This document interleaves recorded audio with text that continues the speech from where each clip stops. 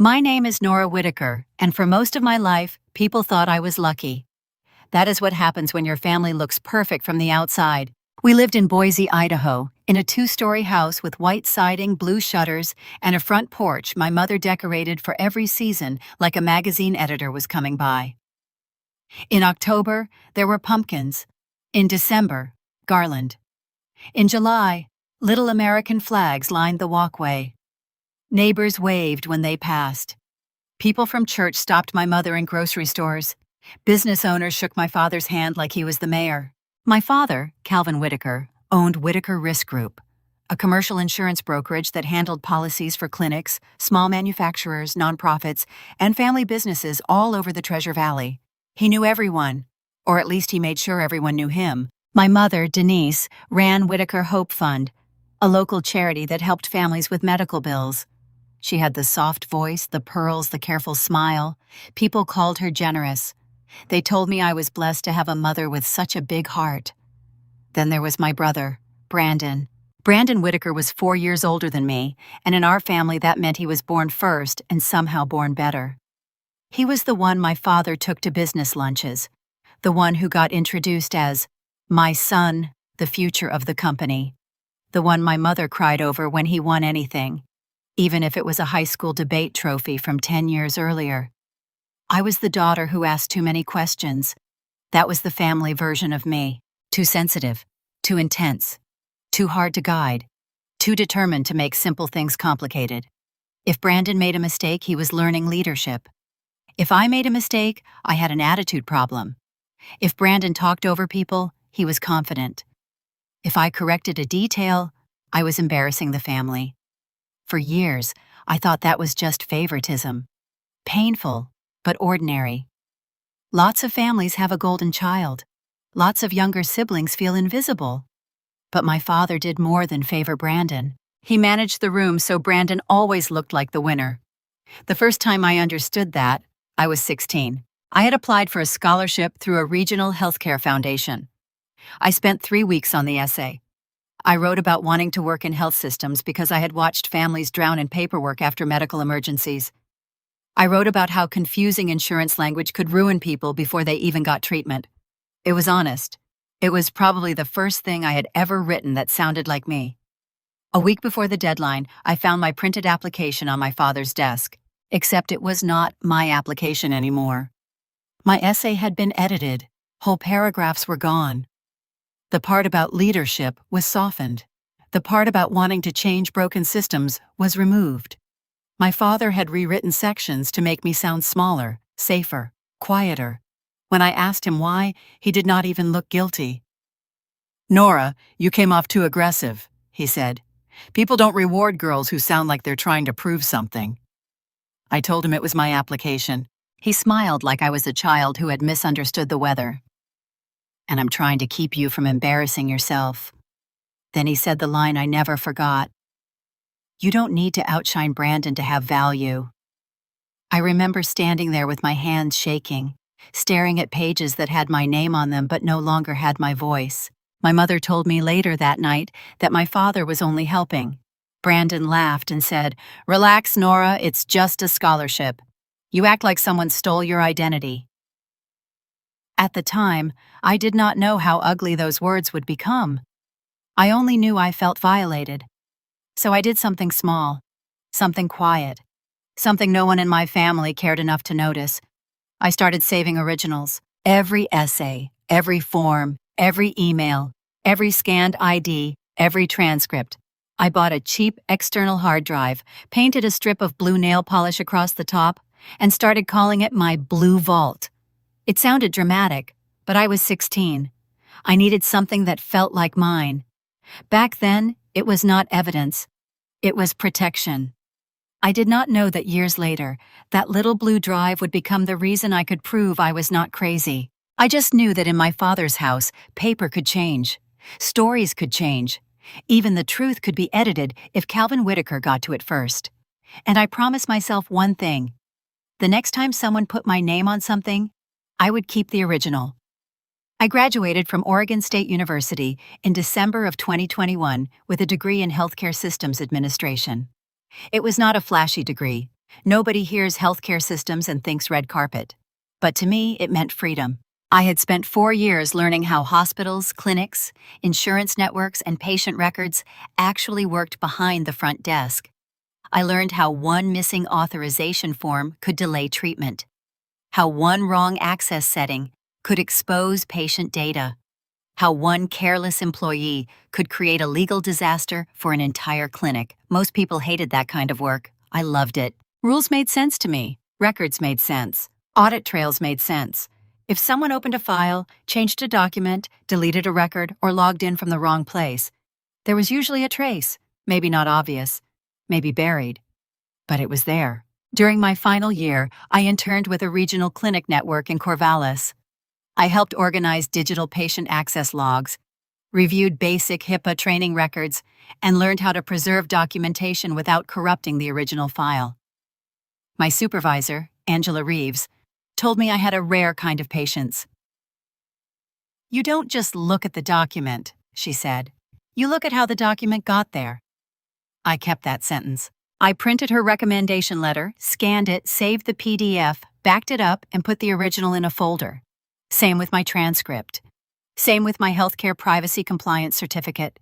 Same with my internship evaluation, my practicum report, my graduation confirmation, everything. By then, the Blue Vault was not just a teenage habit anymore. It was my private archive, my proof that I existed the way I said I did. On graduation day, I thought even my family would have to admit I had done something real. I was wrong. My parents drove to Corvallis that morning, but they arrived late. My mother blamed traffic, my father blamed the parking. Brandon did not come at all. He sent a text that said, "Congrats, little compliance cop." I tried to laugh it off. After the ceremony, we went to a restaurant near campus. I had my certificate folder with me, tucked carefully beside my chair. I remember smoothing my fingers over the edge of it while my mother asked if the menu had anything simple. My father ordered coffee and looked at his phone through most of the meal. I finally slid the certificate across the table. "I passed the healthcare privacy compliance exam too," I said. "That should help with entry-level compliance roles." My mother smiled, but it was the kind of smile people use when a child shows them a drawing. "That's nice, honey." My father picked it up, glanced at it for maybe 3 seconds, then set it down like a receipt. "Makes you sound more important than you are," he said. I felt the table go quiet. He leaned back. "Nora, paperwork doesn't make someone valuable. Companies want judgment, presence, leadership. Brandon has that naturally." There it was again. Brandon, even when he was not in the room.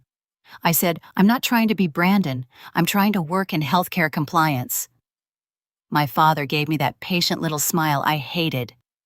"You're trying to enter a field where people will eat you alive.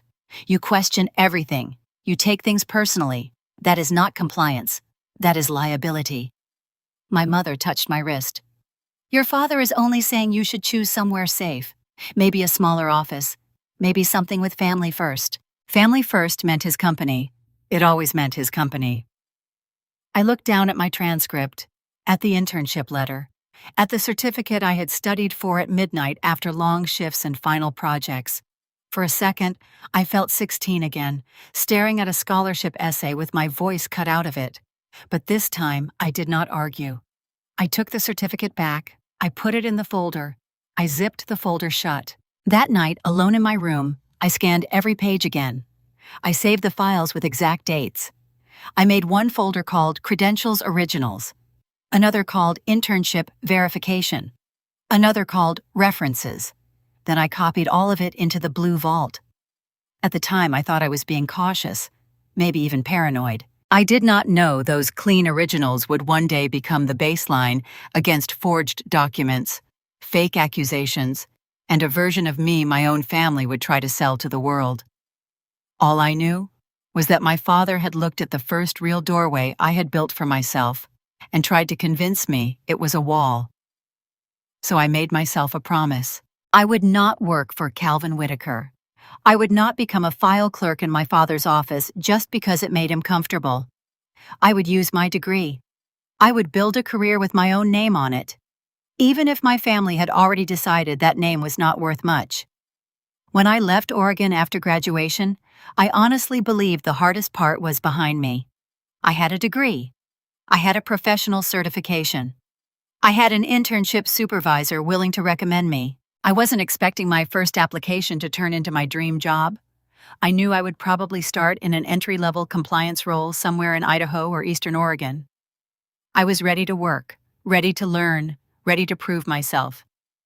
For the first few weeks, everything felt normal.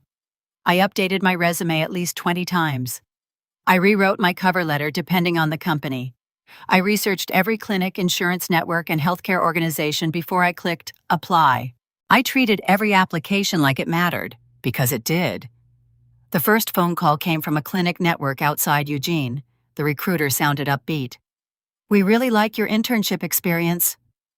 She asked thoughtful questions. We talked about privacy regulations, patient record management, and incident reporting. Before we hung up, she said she expected to move me to the next stage. 3 days later, I received a short email. "We've decided to move forward with another candidate." No explanation. Disappointing, but normal. Then another company called. Then another. Every interview felt encouraging. Hiring managers nodded while I explained workflow audits. One director smiled when I described preserving digital evidence without altering metadata. Another said, "That's exactly how our compliance team approaches documentation." Every conversation ended with some version of the same sentence. "We'll begin the verification process." At first, I barely noticed those words. By the 10th application, I noticed. By the 20th, I started waiting for them. By the 30th, I dreaded hearing them, because once verification started, everything stopped. The silence became predictable. A week, sometimes 2, then another polite rejection. By the middle of 2022, I stopped wondering why I wasn't getting hired. I started wondering why every interview seemed to die at exactly the same point. My father, of course, had his own explanation. Every Sunday evening, my parents expected Brandon and me to come home for dinner whenever possible. Those dinners followed the same script. My mother asked Brandon about new clients. My father asked Brandon about revenue. Brandon talked about expansion. Someone complimented him. Then someone remembered I existed. "So," my father would ask, carving another piece of roast beef, "any luck this week?" I had 2 interviews. Offers? No. He nodded like a doctor confirming a diagnosis. "You see, experience matters." I wanted to tell him experience was exactly what I was trying to get. Instead, Brandon would lean back with that effortless confidence he had always carried. "Compliance isn't just paperwork," he said once. "People have to trust you." The room got quiet. Nobody defended me. Nobody said trust takes time to earn. My mother simply poured more iced tea and changed the subject. I drove home after those dinners feeling smaller every single time. By early 2023, I had submitted applications across 4 states: Boise, Meridian, Twin Falls, Bend, Salem, Spokane, Salt Lake City, Denver, hospitals, private practices, insurance companies, healthcare software firms. I counted everything because numbers were easier than emotions. 41 applications, then 53, then 69, eventually 87. 14 interviews, 0 offers. One night I spread rejection emails across my kitchen table. Some were printed, some were still open on my laptop. I noticed something strange. Every rejection sounded different, but every timeline looked almost identical. Interview, positive feedback, verification, silence, rejection.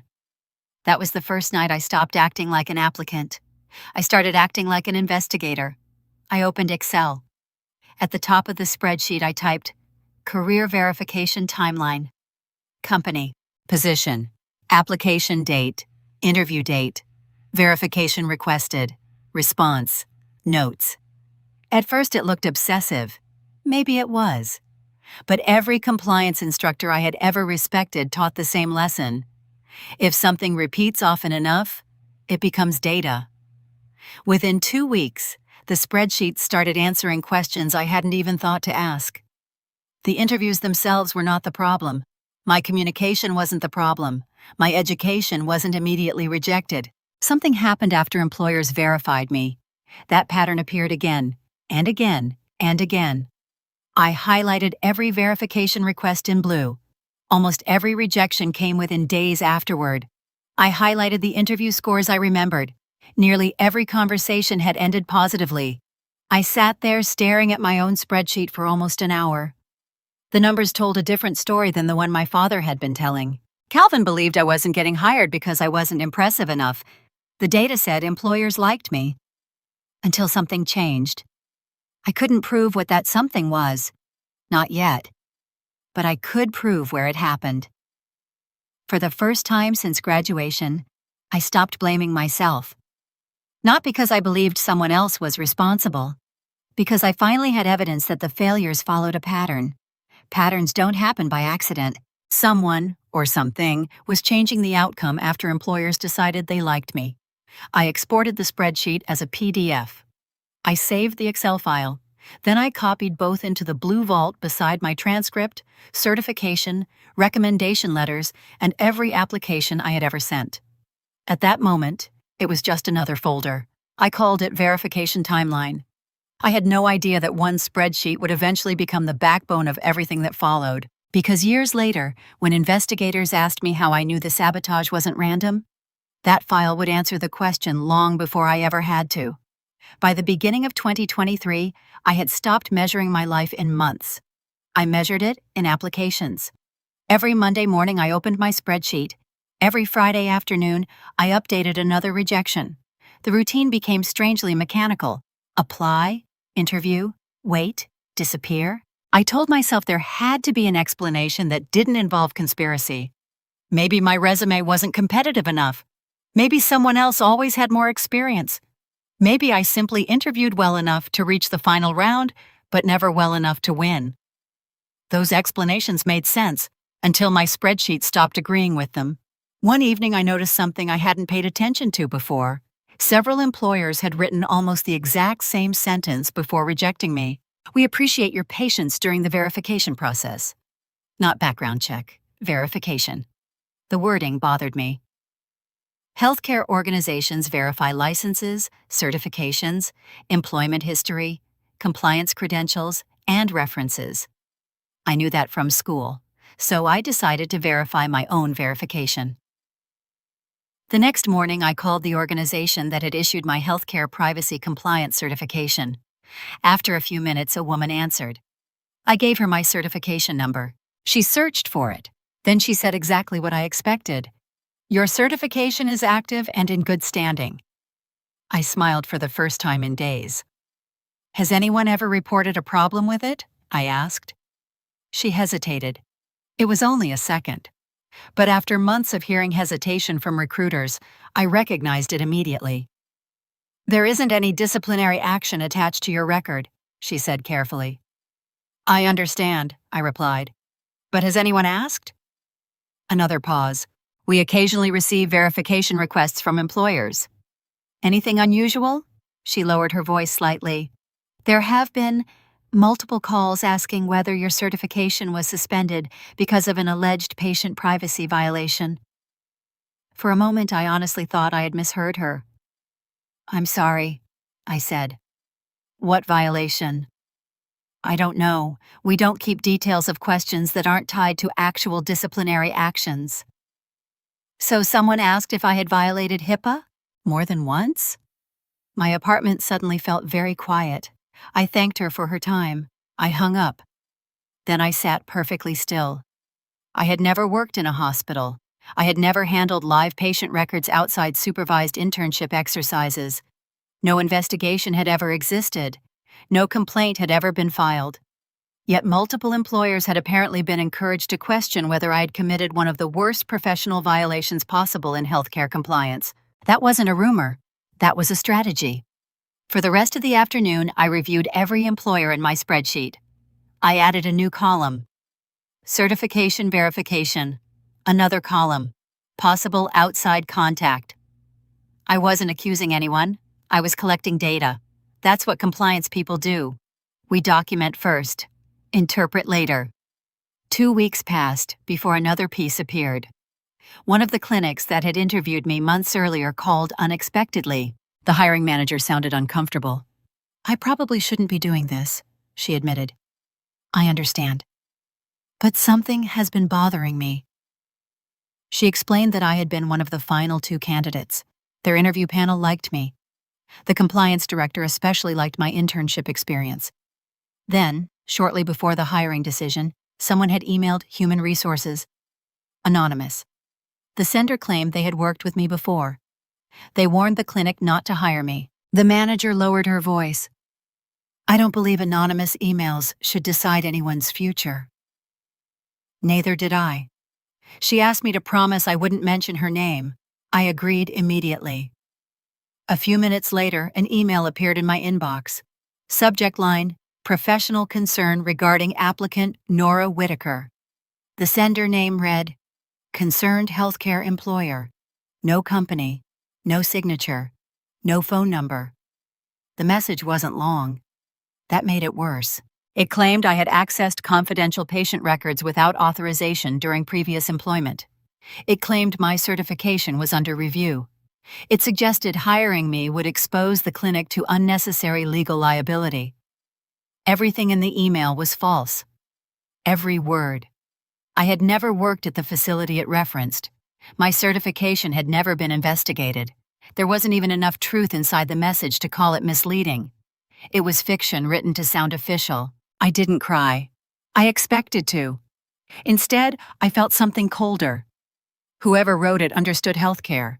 They knew exactly which accusation would frighten an employer enough to stop asking questions. Nobody wants to risk hiring someone suspected of violating patient privacy, even if the accusation can't be proven, especially if it can't be proven quickly. I printed the email, then I opened the digital version. I saved the original message, not a screenshot, the actual email. I exported it, saved the header, recorded the date, copied the timestamp, created a folder inside the Blue Vault called Anonymous Warnings. Inside that folder, I added another document, Observations. The wording emphasized legal exposure instead of personal attacks. It referenced HIPAA terminology correctly. It avoided details that could be fact-checked. It relied entirely on fear. That told me something important. Whoever sent it wasn't trying to convince employers I was a bad person. They were trying to convince them I wasn't worth the legal risk. That required knowledge. Not just about me, about my industry, about the hiring process, about exactly when employers verified professional credentials. For the first time, I stopped asking one question. Why am I not getting hired? A different question replaced it. Who knows where I'm applying before employers make their decision? That question had no answer yet, but it changed everything. The Blue Vault changed too. Until then, it had mostly been a place where I protected my own records, my transcript, my certification, recommendation letters, application history. Now it became something different. An evidence archive.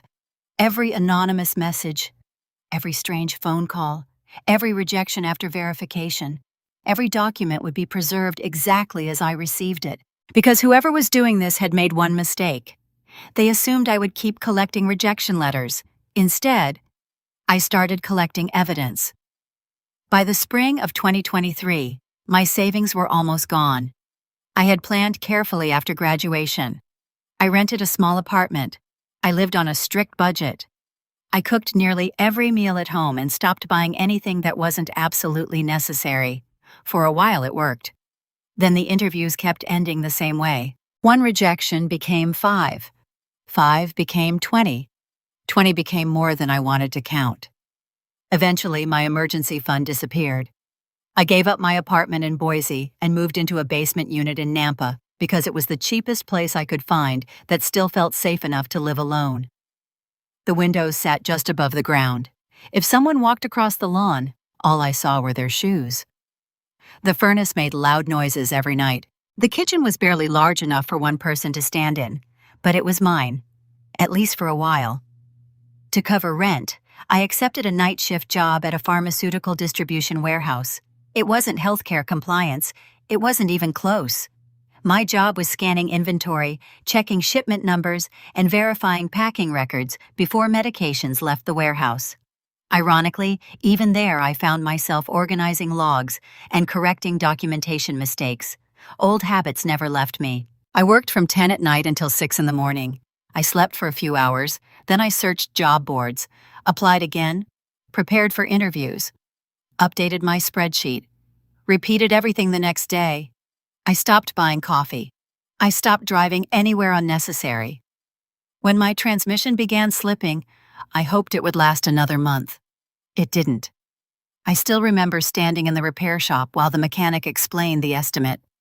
The repair cost more than the car was worth. I nodded, I thanked him, then I walked outside and cried inside a borrowed rideshare because I couldn't even afford the embarrassment of crying in front of strangers. A few weeks later, I fell behind on my payments. The bank repossessed my car. I watched the tow truck pull away before sunrise. I had never felt poorer.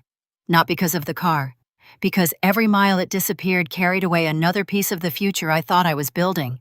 Without reliable transportation, interviews became harder. Some opportunities simply disappeared because I couldn't guarantee the commute. My father somehow found out within days. He always seemed to know things I never told him. One Sunday afternoon, he called.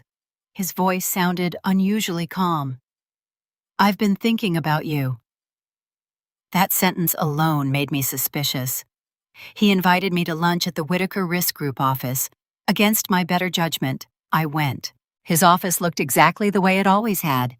Dark wood furniture, awards on every wall, pictures with local business leaders, a framed newspaper article calling him one of Idaho's most trusted insurance professionals. He waited until we finished eating before sliding a folder across his desk.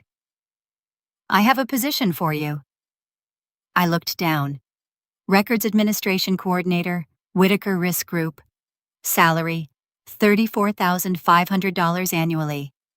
It wasn't much, but that wasn't what caught my attention. I kept reading. 3-year non-compete agreement. All business communications conducted exclusively through company email. Electronic communications, subject to monitoring. Company-owned devices only. Outside consulting prohibited. Any work product created during employment remained company property. My stomach tightened. "This is standard," my father said. "It doesn't look standard." "It is for people who understand confidential information." I kept reading. There was another clause. Any compliance-related materials created during employment would belong to Whitaker Risk Group, not me, the company. I looked up. "You want me to give you everything?" He smiled. "I want to give you stability." "No," I said quietly. "You want control." His expression changed for only a second. Then the smile returned. "Nora, you're unemployed." "I have a job, a warehouse. It pays my rent." "Barely." He leaned forward. "You've spent over a year chasing companies that clearly aren't interested. Why keep humiliating yourself?" That word stayed with me. Humiliating, not struggling. Not searching, humiliating, as though independence itself had become an embarrassment. My mother arrived halfway through the conversation carrying coffee. She didn't ask what we were discussing. She simply looked at the folder. "Oh," she said softly, "your father just wants you close to home." Close. That word meant something different in our family. It meant supervised, accountable to Calvin, dependent on Calvin, easier to manage. I picked up the employment agreement again. This time, I wasn't reading it as a daughter. I was reading it as someone trained in compliance. Every clause pointed in one direction. Control information, control communication, control mobility, control future employment. If I signed that agreement, every email I sent would belong to Whitaker Risk Group. Every document I created could legally become company property. Even the notes I kept about my own career could become accessible through company systems. Then I thought about the Blue Vault. It suddenly made sense why my father insisted I use only company devices. He didn't just want me working for him. He wanted everything I knew, everything I kept, everything I documented, including things I hadn't even discovered yet. I closed the folder. I appreciate the offer. My father smiled. Then I slid it back across the desk. But I'm not signing this. His smile disappeared completely. You don't know what's good for you. I know what this contract says. You think the world is going to reward your stubbornness? I think I'd rather fail on my own than succeed under surveillance. My mother whispered my name like she was asking me not to ruin dinner. But dinner had never been the point. Control was. I left the office carrying nothing except a copy of the employment agreement that I had quietly requested before leaving. That evening, I scanned every page. I saved the PDF. I photographed the signature page. I created a new folder inside the blue vault. Whitaker Employment Offer. At the time, I thought I was simply documenting another strange conversation with my father. I didn't yet realize that one contract revealed something far more important than a job offer. It revealed motive. For the first time, I could clearly see that my father didn't need me to succeed. He needed me to become dependent enough that I would voluntarily hand him every part of my professional life. And when I refused, he stopped trying to persuade me. He started looking for other ways to make sure I had nowhere else to go. The letter arrived on a Thursday in February of 2024. I remember that because Thursdays were the days I usually slept badly. My night shift ended at 6 in the morning.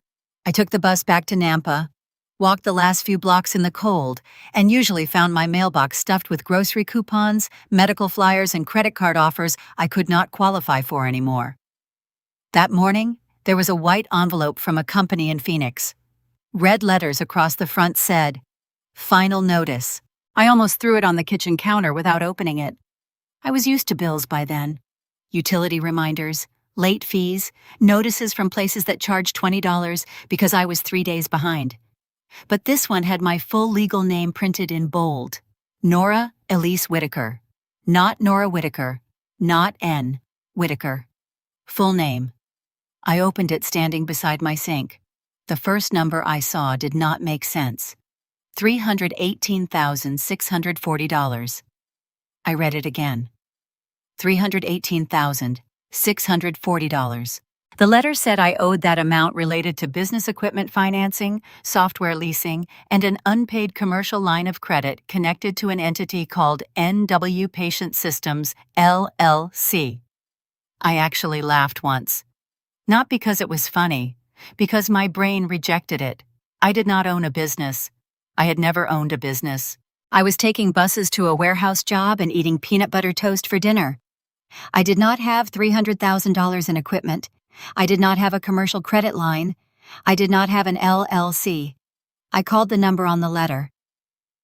My voice sounded strangely calm when the representative answered. "I think there's been a mistake," I said. She asked for the account number. I read it to her. Then she asked me to verify my date of birth. I did. The line went quiet while she pulled up the file. "Yes, ma'am," she said. "This account is associated with NW Patient Systems, LLC. You are listed as the principal guarantor." I'm not the principal of anything. The file shows the guarantor as Nora Elise Whitaker. I didn't open this. She paused. "Then you may want to pull your credit report and contact the original creditors." My hand tightened around the phone. "What creditors?" She listed 3 names: a medical equipment financing company, a business credit lender, a software leasing provider. All 3 accounts were past due. All 3 were attached to my name. I hung up before I started shaking too hard to speak. Then I opened my laptop. I requested my credit reports from all 3 bureaus.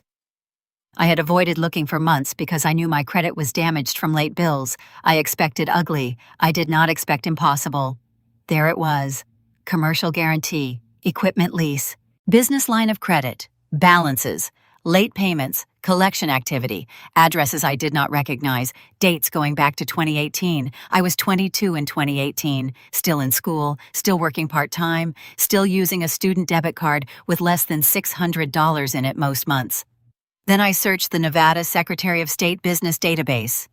NW Patient Systems, LLC appeared in the results. Formation date, August 2018. Registered agent, a service company in Reno. Managing member, Nora E. Whitaker.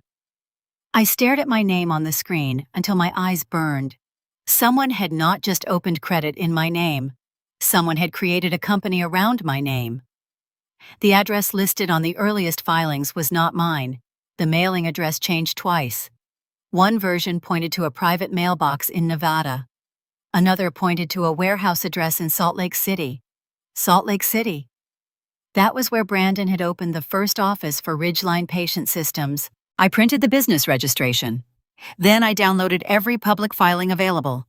Articles of organization, annual list, commercial address update, registered agent documents. The signature on the formation paperwork was supposed to be mine. It was close enough to scare me. But it was not mine. The N leaned too far right. The W in Whitaker had a sharp middle point I never made. The last name looked rushed, like someone had practiced the first half and gotten lazy at the end. I opened the blue vault. I pulled up my scanned driver's license from 2017, my passport application, my university forms. The signature on the LLC papers did not match. Then I saw the ID attachment referenced in the filing. The document description listed an Idaho driver's license, issued years earlier, the same old license I had once kept in my bedroom desk at my parents' house before leaving for Oregon. A cold feeling moved through my chest. Not panic. Recognition. That license had not been lost in some random data breach. It had been inside my family home. I created a new folder in the blue vault. NW Patient Systems. Inside it, I saved the collection letter, credit reports, Nevada filings, screenshots of the business record, and side-by-side signature comparisons. This was no longer just about anonymous emails. Those emails had made me unemployable. This debt could make me unlivable. I could lose housing. I could be sued. My wages could be garnished if I ever got a real job. My credit could follow me for years, blocking apartments, car loans, professional opportunities, maybe even security-sensitive compliance roles. Whoever did this had not only damaged my reputation, they had put a financial collar around my neck. By midnight, I had filled 3 pages of notes. The false accusations explained why employers were afraid of me. The fake LLC explained why someone might need me broke, desperate, and too discredited to fight back. For the first time, the two parts of my life began to touch. Someone had used my identity to build something. Then someone had destroyed my credibility, so I would never be believed when I found out. I did not sleep that day. I sat at my small kitchen table with the collection letter beside my laptop, watching the blue vault copy each file into place. My hands were still shaking, but I kept working. Because fear was no longer enough to stop me. Not after seeing my name on a company I had never opened. Not after seeing a debt large enough to bury my future. That morning, I stopped being a rejected applicant trying to understand a hiring problem. I became the victim of a fraud. And I was finally starting to see the shape of it. The first thing I did after finding NW Patient Systems was request documents from everyone listed on the debt letter. Not because I knew what I was doing perfectly, because I knew enough to ask for originals. That had become my rule. Never trust a summary when the source document exists. The medical equipment financing company sent me a copy of the lease packet first. It took 3 calls, 2 identity verification forms, and 1 written dispute notice before they released anything. When the email finally came through, I opened it at my kitchen table with a cup of coffee I never drank. The packet listed equipment I had supposedly financed: 2 encrypted storage servers, 6 high-speed medical document scanners, a secure backup appliance, a 3-year software license for patient record indexing, a hardware firewall, a support package for a small clinical data environment. I read the list twice. This was not random consumer fraud. No one had opened a department store card in my name. No one had bought a television. This was infrastructure. Someone had used my credit to build the bones of a healthcare data business. The delivery address was a warehouse in Salt Lake City. I copied it into a search bar. The street view image showed a low gray building with roll-up doors and faded parking lines. Nothing special. Nothing that would have meant anything to me a year earlier. Then I looked at the map. Ridgeline Patient Systems was less than 2 miles away. My brother's company. I sat back so fast my chair scraped the floor. Brandon had moved to Salt Lake City when he launched Ridgeline. He told everyone he had bootstrapped the company with savings, discipline, and smart partnerships. My father repeated that story constantly. My mother used it at charity events as proof that hard work still mattered. Brandon had even lectured me once about sacrifice. "You have to be willing to bet on yourself," he told me at a family dinner, while wearing a watch that cost more than 3 months of my rent. Now I was looking at a financing packet that suggested someone else had been forced to bet on him. Me. I downloaded the equipment list and saved it into the Blue Vault. Then I kept going. The software leasing company sent its own records a few days later. Their invoice included license keys, activation dates, and device serial numbers tied to the original installation. Serial numbers. That was the first time I felt the case shift under my feet. Names could be faked. Addresses could be explained away, but serial numbers were specific. I opened Brandon's LinkedIn page. I had avoided it for months because every post felt like salt in my mouth. Brandon loved posting about growth, leadership, trust, and innovation. He wrote like a man trying to sound older than he was. I scrolled back to 2019. There it was, a photo of Brandon standing inside a small office beside a metal rack of equipment. He was smiling, arms crossed, wearing a Ridgeline polo. The caption read, "First Data Security Lab coming together, proud to support rural clinics with safer patient record systems." I zoomed in. The image was not perfectly clear, but one server label was visible. I compared it to the invoice. Same manufacturer, same model. Then I enhanced the screenshot just enough to read the last 5 digits. They matched. My breath caught. I checked another photo. A scanner on a folding table. Same brand, same model. A small sticker on the side showed part of another serial number. That matched too. I went through every public post Brandon had made from 2018 to 2021. Office tour, new client announcement, behind-the-scenes setup. Long nights building something that matters. Every post that once made me feel like a failure now looked different. They were not success posts anymore. They were evidence. A server from my financing packet appeared in his security lab. A scanner from my lease showed up in a photo from his first vendor training. The software activation date matched the week Ridgeline announced its first clinic contract. A backup appliance listed under NW Patient Systems appeared in a photo where Brandon thanked his operations team for scaling the business. I created a new spreadsheet. Equipment serial match log. Item. Serial number. Invoice source. Public image source. Date posted. Visible match. Confidence level. I took screenshots, saved original URLs, printed PDFs, and copied everything into the Blue Vault. I did not edit the images beyond making separate working copies for my own review. The originals stayed untouched. That mattered. Even then, before I had a lawyer, some part of me understood that evidence is only as strong as the way you preserve it. The delivery records came next. The financing company sent proof of shipment after I filed a formal dispute. The carrier documents showed the equipment had been delivered to the Salt Lake City warehouse in 3 batches. The signature line on the first delivery made my hands go cold. Received by Brandon Whitaker. Not an employee. Not a warehouse manager. Brandon. His actual name. He had signed for equipment bought under a company supposedly owned by me. The second delivery showed initials, BW. The third listed Ridgeline Receiving. That was the moment my anger stopped being messy. It became organized. I had spent years feeling smaller every time Brandon talked about his company. I had listened while my parents praised his courage and mocked my caution. I had watched him become a local success story, while I took buses to a warehouse job and wondered what was wrong with me. But the records told the truth. Ridgeline did not rise while I failed. Ridgeline rose because someone used my name, my credit, and my clean file to fund it. I opened my old family photo folder and found pictures from the same years. Brandon with his new truck, Brandon cutting a ribbon at his office, Brandon standing beside Calvin at a small business breakfast. My father's hand was always on his shoulder, proud, possessive, like they had built something together. I was not ready yet to prove Calvin's role, but I could feel the shape of it. Brandon had received the equipment. Brandon had displayed the equipment. Brandon had built his company around the equipment. And somehow, the debt belonged to me. I printed the first delivery confirmation and laid it beside the LinkedIn screenshot. On one page, Brandon signed for the server.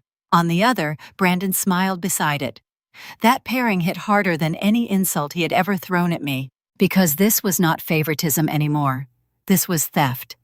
The betrayal had layers now. Brandon had used the money. Calvin had almost certainly cleared the path. And I had been left with the debt, the damaged credit, and the reputation of someone too risky to hire. I added the delivery confirmations to the blue vault under a new folder, Ridgeline Asset Matches. Then I backed it up twice. For the first time, I did not feel like I was chasing shadows. I had a chain. Fake LLC. Equipment financing.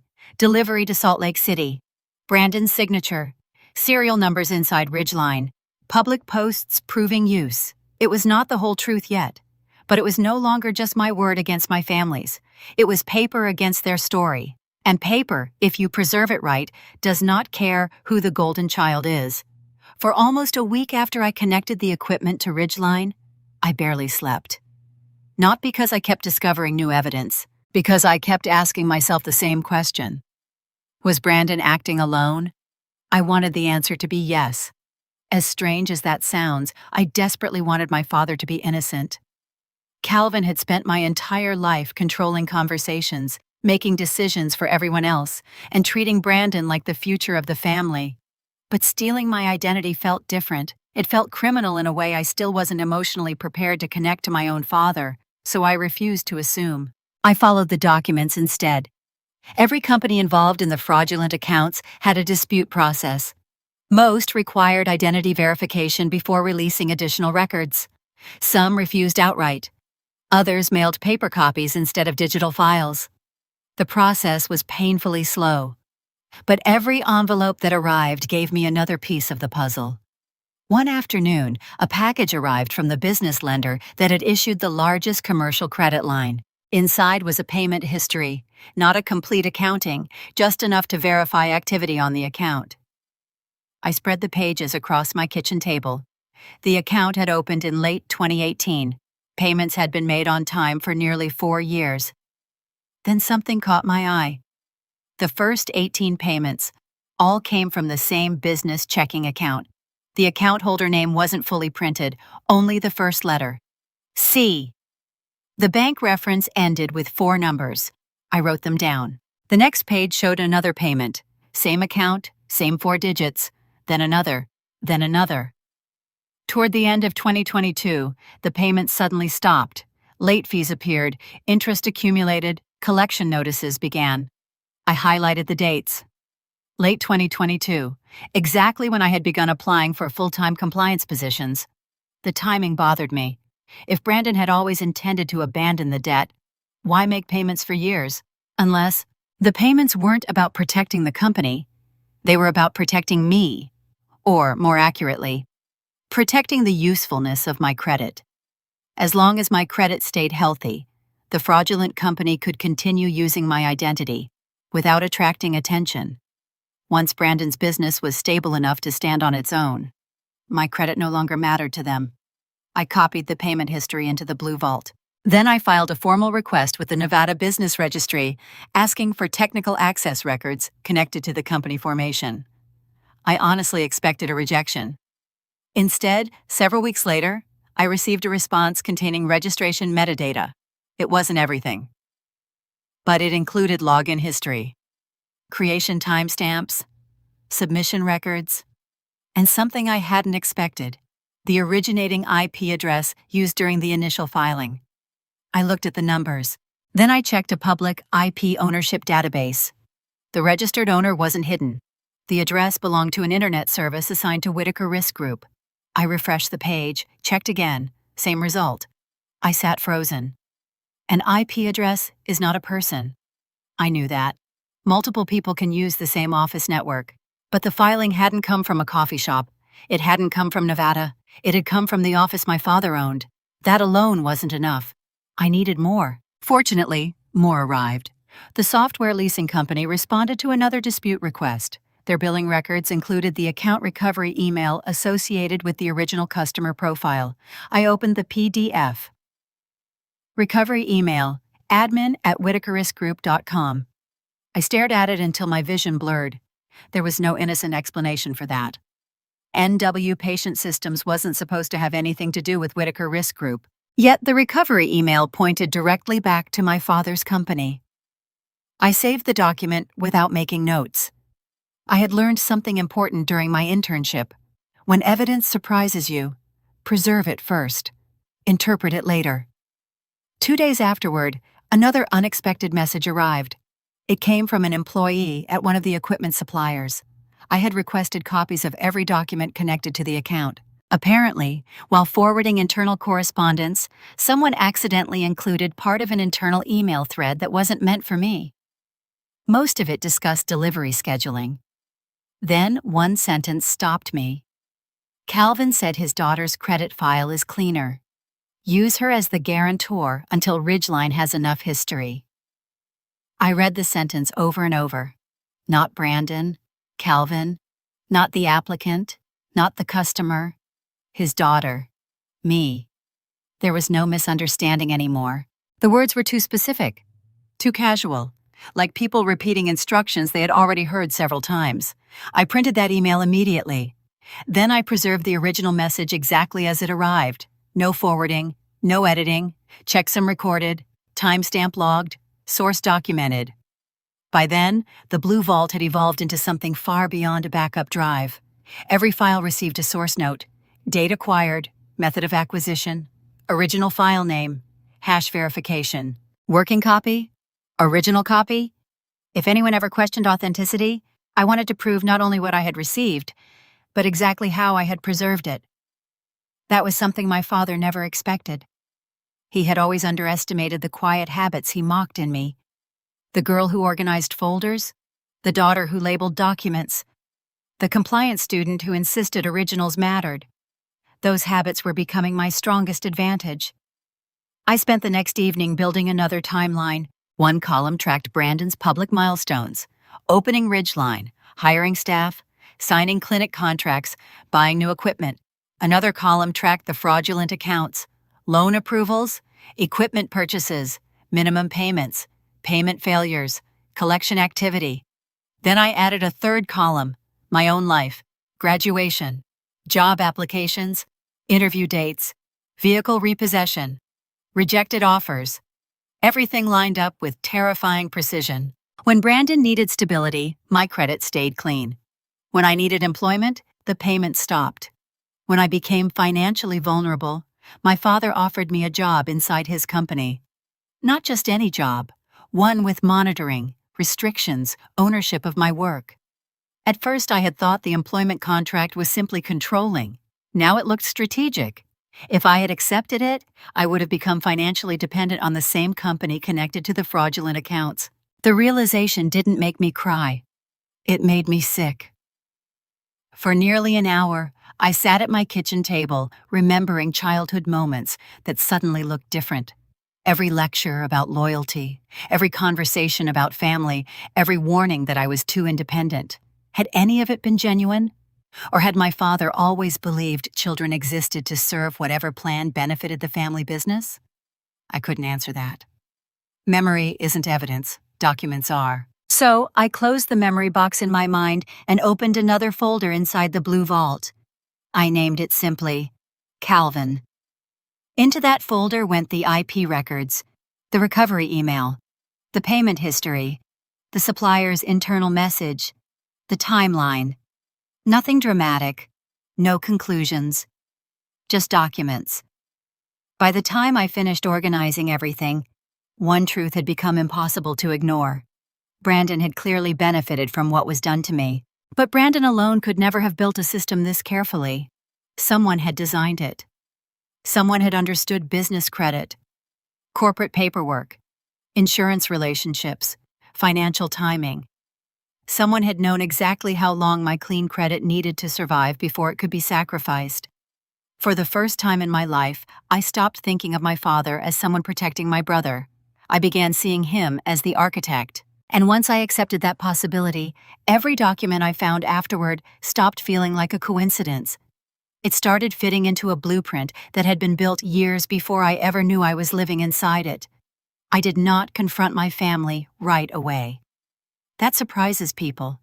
They hear about the fake company, the equipment, the signatures, the payments, the email from the supplier, and they ask why I did not drive straight to my parents' house and throw everything on the table. The answer is simple.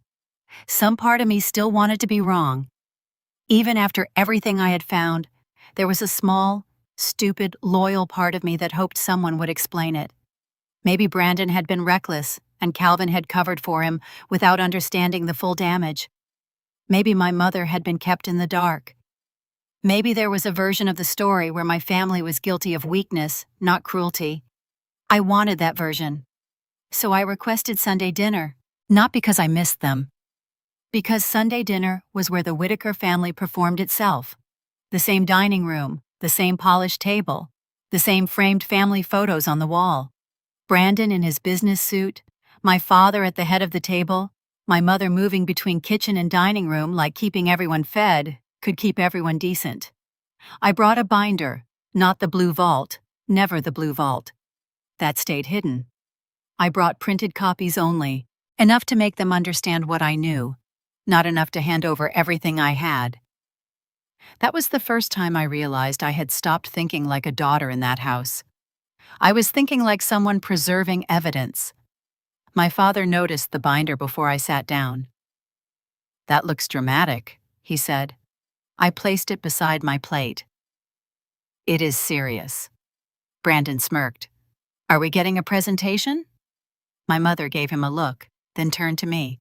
"Nora, honey, let's eat first." "No," I said. "I need to talk before anyone changes the subject." That made the room still. I opened the binder. The first page was the Nevada LLC, filing for NW Patient Systems. My name, my date of birth, my supposed signature. I slid it toward my father. "This company was opened in my name in 2018. Calvin did not pick it up. Brandon did. He looked at the page for maybe half a second before laughing. "I have no idea what this is." I turned to the next section. Credit report, collection notice, equipment financing, commercial credit line.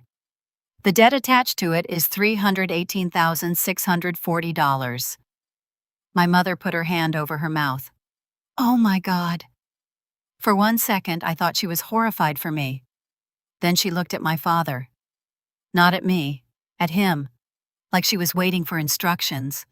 That told me something before anyone spoke. I laid out the delivery confirmations next. The equipment was shipped to Salt Lake City. Brandon signed for the first delivery. His initials are on the second. Ridgeline Receiving is listed on the third. Brandon's face changed. Just a little, not guilt, calculation. "Lots of vendors use third-party billing," he said. "You wouldn't understand that." "I understand serial numbers." I placed 2 pages side by side.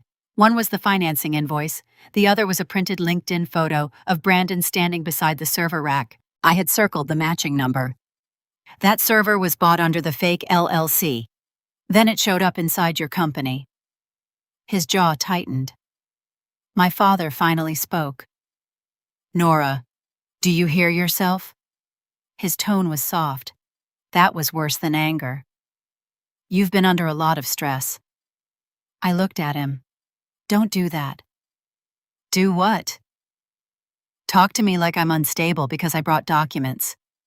My mother started crying quietly. "You're accusing your own brother of a crime. I'm showing you records." "Records can be misunderstood," Calvin said. "Then explain them." Silence. I turned to the email from the supplier. The one sentence I had printed in bold. Calvin said his daughter's credit file is cleaner. Use her as the guarantor until Ridgeline has enough history. I slid it across the table. This time my father picked it up. He read it. Slowly. His face did not collapse. That scared me more than if it had. He simply set it down and said, "That is not what you think it is." "What is it then?" "A vendor misunderstanding. They used your name. People use my name all the time. I own a company. They called me your daughter." My mother's crying got louder. Brandon shoved his chair back slightly. "This is insane. You're jealous because Ridgeline worked, and your life didn't." That hit exactly where he wanted it to hit. For 2 years, I had wondered if my life failed because I wasn't enough. But I had brought evidence into that room. And still, Brandon's first instinct was to turn the evidence into envy. My father leaned back. "Let's be honest, Nora. You have been rejected from almost every serious job you've pursued. That does something to a person's mind." I felt my body go cold. Almost every serious job? He did not notice the trap until it was too late. "You don't know where I applied." "I know enough." "How?" Nobody moved. The question sat there in the air. My father adjusted his napkin. "Your mother worries. People talk." "What people?" He gave me a hard look. "Employers in healthcare compliance are cautious. If they think someone mishandled patient records, they won't take that risk." There it was. Not the debt, not Brandon, not the fake LLC. That sentence. My father had just named the exact accusation from the anonymous emails. I had never told him the content of those emails. Not once. I had told my family I was having trouble getting hired. I had never said employers were being warned about patient record violations. I had never said HIPAA. I had never said privacy breach. But Calvin knew. I closed the binder. My hands were steady now. "How would you know they think that?" His eyes hardened. For the first time that night, the mask slipped. Only for a second. Then it came back. "Because I understand the industry better than you do." "No," I said. "You understand the accusation because you know where it came from." My mother whispered, "Nora, stop." I looked at her. "Did you know?" She cried harder. "I don't know what you want from us." "The truth." Brandon stood up. "You want money. That's what this is. You couldn't make it, so now you're trying to drag us into your failure." My father did not correct him. He did not tell Brandon to sit down. He did not tell my mother to stop crying. He watched me, like he was measuring how much I had, and for the first time I understood what truly frightened him. Not the fake debt alone. Debt could be disputed. Signatures could be argued. Vendors could be blamed. What frightened him was the connection. The fake company explained why they needed my credit. The anonymous warnings explained why I had no income, no credibility, and no power to fight back. Together, they were not mistakes, they were a system. I gathered the binder. My father said, "If you leave this house with these accusations, you will regret it." I looked at the table, at the untouched food, at my mother crying for the family reputation, at Brandon furious that I had dared name what he used, at my father calm enough to still believe he controlled the outcome. "I already regret coming here," I said. Then I walked out. I did not scream in the car. I did not call anyone. I drove to a grocery store parking lot 3 miles away, parked under a broken light, and opened a notes app on my phone. I wrote down everything. Time arrived. Who was present? Documents shown. Exact phrases I remembered. Brandon's denial, Denise's reaction, Calvin's statement about employers fearing patient record violations. Then I saved the note as a PDF. When I got home, I added it to the Blue Vault. Folder name, Family Dinner Disclosure. That night changed something in me. Before that dinner, a small part of me still wanted a confession.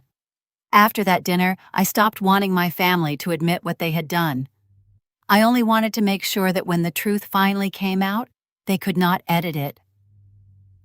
The morning after Sunday dinner, I expected silence. I thought maybe my family would regroup. Maybe Calvin would call a lawyer quietly. Maybe Brandon would stop posting online for a while. Maybe my mother would send a long message about how hurt everyone was. I was wrong. My father moved first. At 9:17 a.m., my landlord called. Not texted. Called. That alone was strange.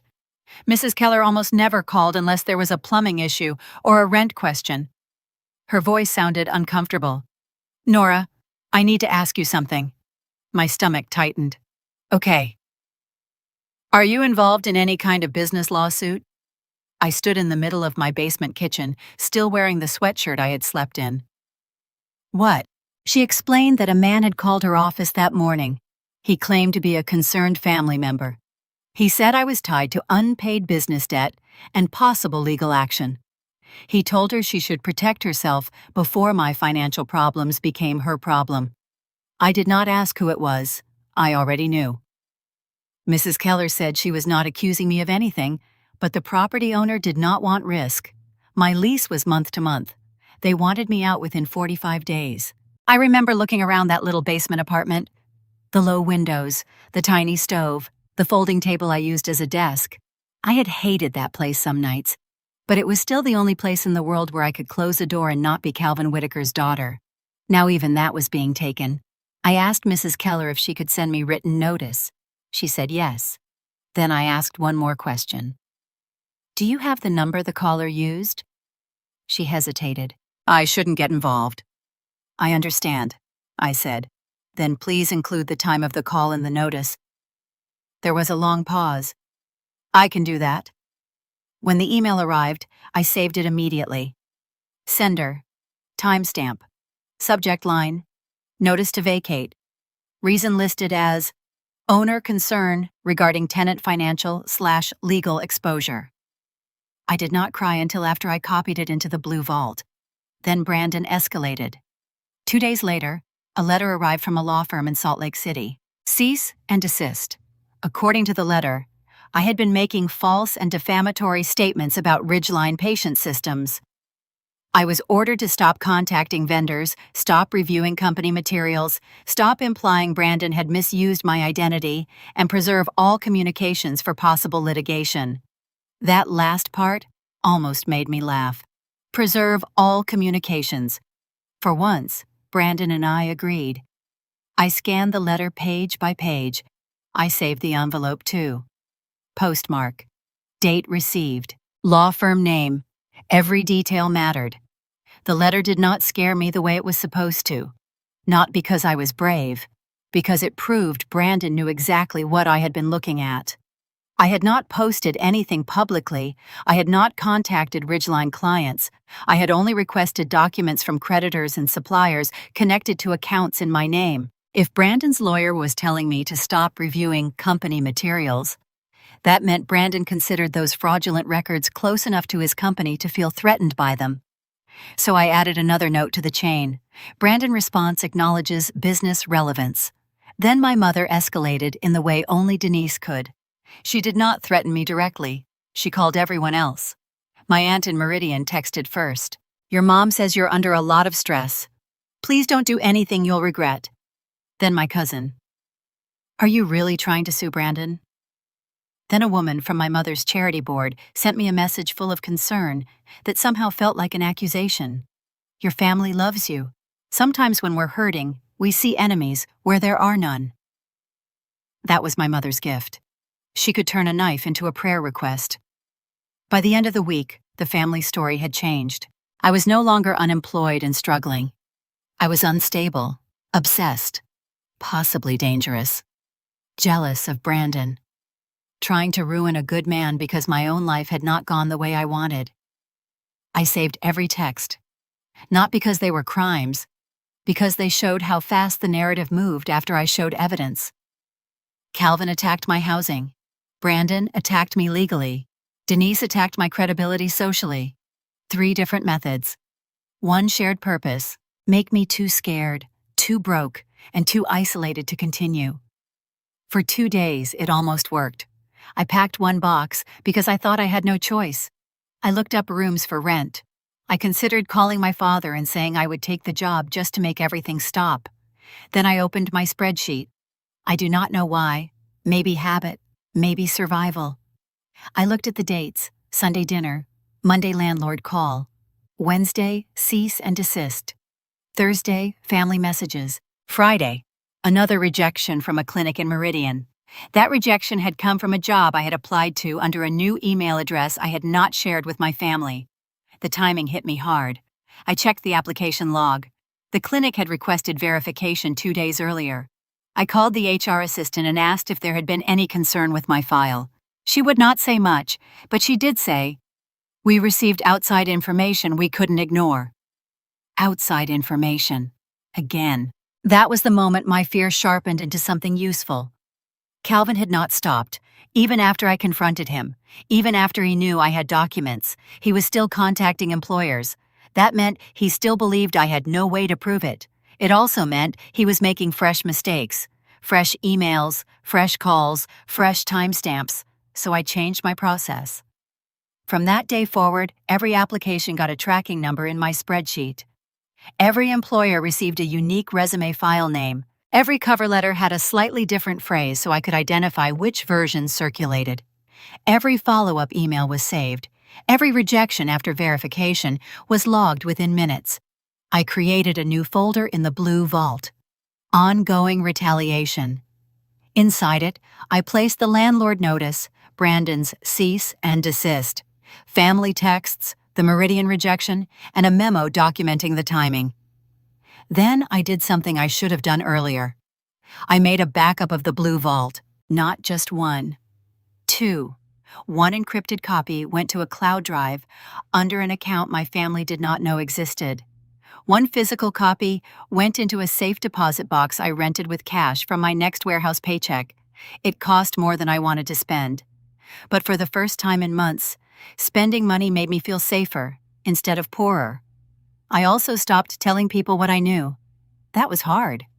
When someone lies about you, your first instinct is to defend yourself, to explain, to prove, to beg people to see the truth. But I had learned something at that dinner table. Explaining gave Calvin information. Reacting gave Brandon targets. Breaking down gave Denise material. So I became quiet. Not passive. Quiet. There is a difference. Passive means you let things happen. Quiet means you let people think they are getting away with it while you record where they step. My family mistook my silence for weakness. That was their next mistake, because from that point on, every threat became a timestamp. Every timestamp became a pattern. And every pattern moved me one step closer to building a case they could not explain away. By the middle of 2024, I had accepted one uncomfortable truth. I could probably keep collecting evidence forever. That didn't mean anyone would believe me. The Blue Vault had grown into hundreds of files, employment records, credit reports, business filings, equipment invoices, delivery confirmations, payment histories, threat letters, landlord correspondence, screenshots, phone logs, spreadsheets, timeline after timeline after timeline. The evidence made perfect sense to me, but I also knew how it looked from the outside. An unemployed woman claiming her own father and brother had stolen her identity, sabotaged her career, and built a business using her credit. Without independent verification, it sounded unbelievable. That realization hurt, not because it made me doubt the facts, because facts alone are not enough. Someone credible has to recognize them. One evening after my warehouse shift, I was searching job boards when a posting caught my attention. Sentinel Medical Integrity, Remote Compliance Documentation Analyst. The company specialized in healthcare compliance audits, fraud prevention, vendor risk assessments, and documentation reviews. It wasn't a hospital. It wasn't an insurance company. It investigated systems. That mattered. Most applicants would have attached a resume and a cover letter. I did that. But I also attached something else. Not the Blue Vault. Never the Blue Vault. I wrote a 12-page analytical report. The title was simple: Pattern Analysis of Coordinated Employment Verification Failures. It wasn't about my family. It wasn't an accusation. It was a professional analysis. I described 87 applications, 14 interviews, verification timing, anonymous allegations, repeated behavioral patterns, statistical consistency. I removed names wherever possible. Instead of saying my father, I wrote possible connected actor. Instead of saying my brother, I wrote commercial beneficiary. The report read like something I would have written during graduate school. Only this time, the case was my own life. 3 days later, I received an interview invitation. The hiring manager introduced herself as Evelyn Cross. She had worked in healthcare compliance for over 20 years before joining Sentinel. Our first interview lasted nearly 90 minutes. She asked detailed questions, not emotional ones, professional ones. Why did you preserve original headers? How did you establish document authenticity? What made you create independent timelines instead of narrative summaries? Every answer I gave came directly from habits I had developed years earlier. I don't trust memory, I told her. I trust records, she smiled. That's a compliance answer. For the first time in years, someone said that like it was a compliment. The interview ended positively, but I had lived through enough interviews to know what came next. Verification. 3 days later, Evelyn called again. Her voice sounded different, more serious. Nora. I felt my stomach tighten. Here we go again. I need to ask you about an email. I closed my eyes, of course. Another anonymous warning, another rejection, another employer gone. What did it say? I asked quietly. It accused you of unauthorized patient record access. Exactly. The same accusation, the same wording, the same strategy. I expected the conversation to end there. Instead, Evelyn surprised me. Our IT department noticed something strange. I sat up. What? The sender attempted to anonymize the message. My heart started beating faster. But they configured the relay incorrectly. I didn't say anything. She continued. Our email security system preserved the original transmission header before the relay stripped it. For several seconds, I forgot how to breathe. The original IP? Yes. Can you trace it? We already did. Silence. Not because she was dramatic, because she was reading something. Finally, she spoke. The source network belongs to Whitaker Risk Group. Everything around me disappeared. The apartment, the kitchen, the unpaid bills, the warehouse schedule taped to my refrigerator, everything. All I could hear was that sentence, Whitaker Risk Group, not suspected, not possible, not likely. The source network, my father's company. I whispered, Are you sure? Our cybersecurity lead verified it twice.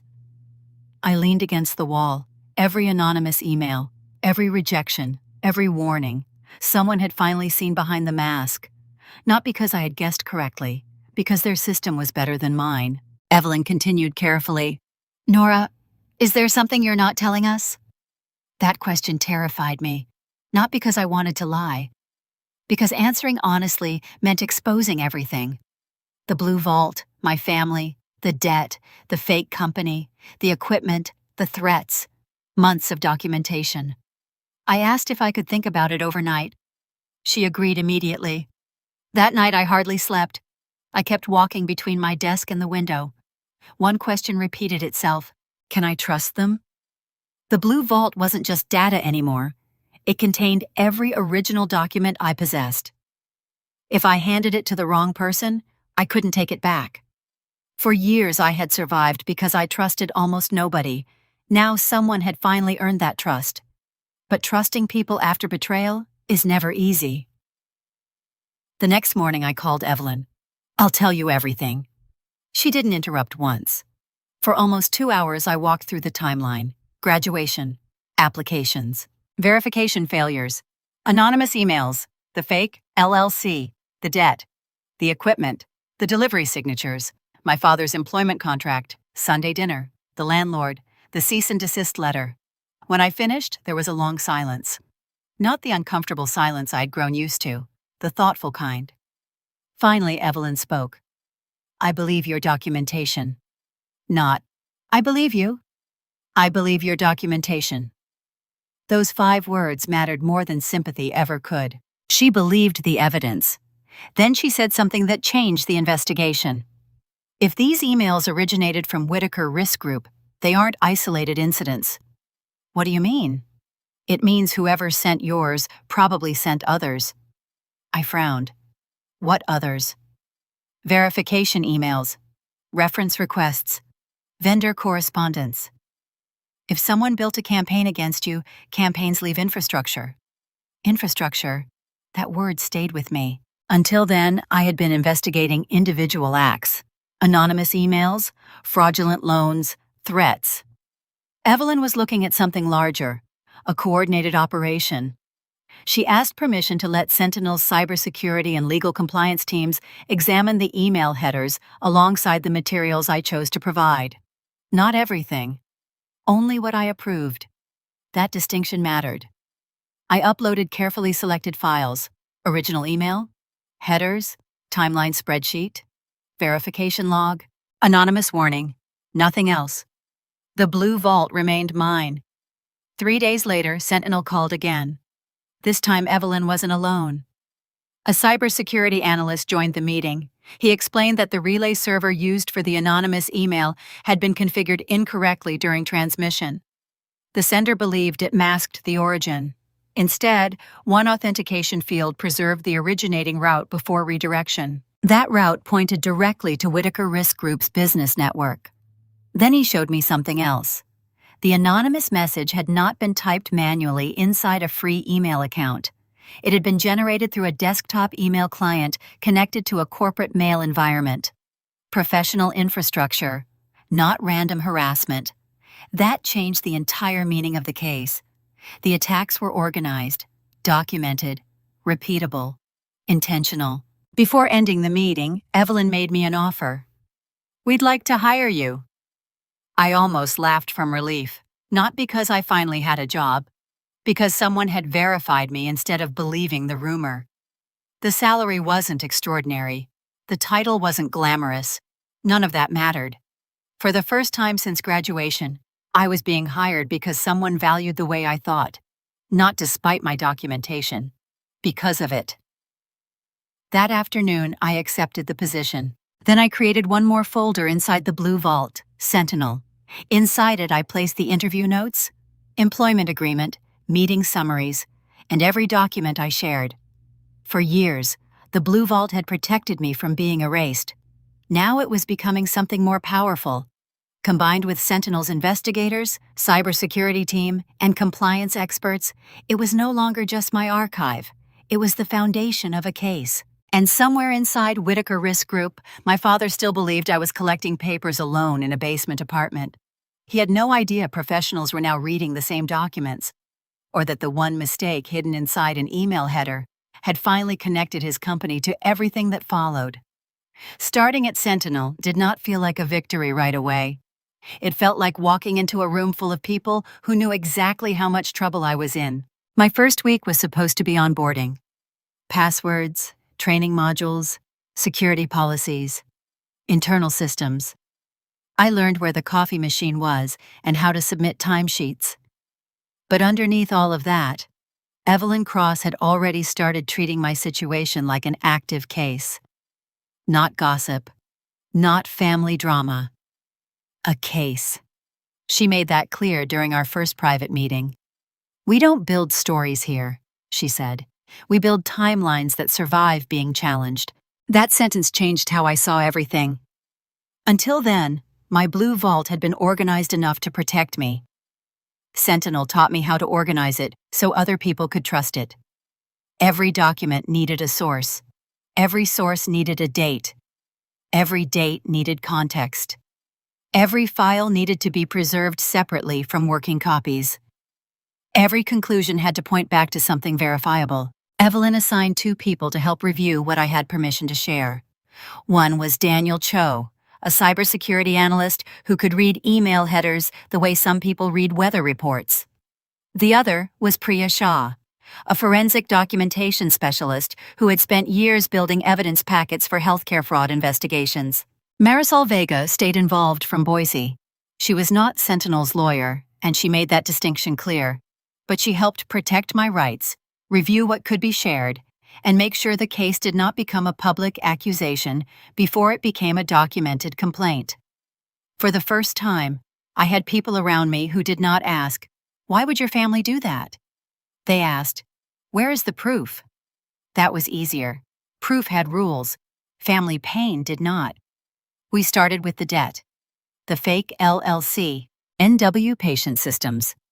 Priya helped me request certified copies of the Nevada business filings, not screenshots, certified records. Then we matched those records against the commercial credit file, the equipment leases, and the collection notice. The formation date matched the first credit inquiry. The managing member field used my full legal name. The ID copy attached to the filing matched the old driver's license I had stored in my blue vault from before college. The signature did not match my known signatures. Priya prepared a comparison packet showing my real signatures from university forms, my passport application, my compliance certification, and my internship paperwork. She did not call it forgery in the report. Not yet. She wrote, "Questioned signature inconsistent with known samples." That was how professionals talked, careful, precise, impossible to dismiss as emotion. Then we moved to the equipment. The invoices showed servers, scanners, security appliances, and software licenses purchased under NW Patient Systems. The shipping records sent those items to the Salt Lake City warehouse. The delivery confirmations showed Brandon's name, his initials, and Ridgeline receiving notes. Daniel pulled archived versions of Brandon's public LinkedIn posts, not just screenshots, archived captures with timestamps. The server's serial number visible in one post matched the financing invoice. 2 scanner model numbers matched the leasing packet. Software activation records lined up with Ridgeline's first clinic contract announcement. Each match became a separate evidence line. Document source, date, linked asset, public proof of use, confidence level. By itself, one match could be coincidence. By the 6th match, coincidence started looking ridiculous. Then came the employment sabotage. This was the part that made me physically sick. I had known about a few anonymous warnings. I had suspected more. Sentinel found the scale. Evelyn asked whether I still had contact information for every employer on my spreadsheet. I did. Some emails bounced, some HR people refused to talk. But when Marisol sent formal preservation letters explaining that I was investigating identity theft and employment interference, several organizations responded. Not all. Enough. Over the next few weeks, copies came in. Anonymous warnings, risk notices, professional concern emails. Some had been forwarded internally. Some had been attached to candidate files. Some were buried inside HR systems under notes like credential concern or do not proceed. Daniel analyzed the headers. Priya logged the language. I watched the count climb. 7, 12, 19, 31.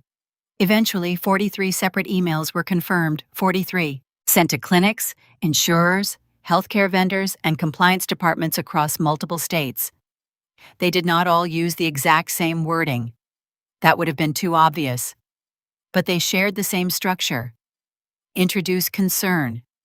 Claim prior patient privacy violation. Suggest certification issue. Warn of legal exposure. Recommend not proceeding. The signatures changed. Concerned healthcare employer. Former compliance manager. Industry contact. Patient privacy advocate. None of them were real. Daniel identified routing patterns across many of the emails.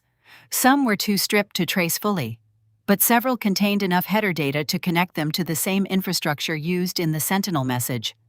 Whitaker Risk Group, my father's office network. Then Priya found the detail that made the room go quiet.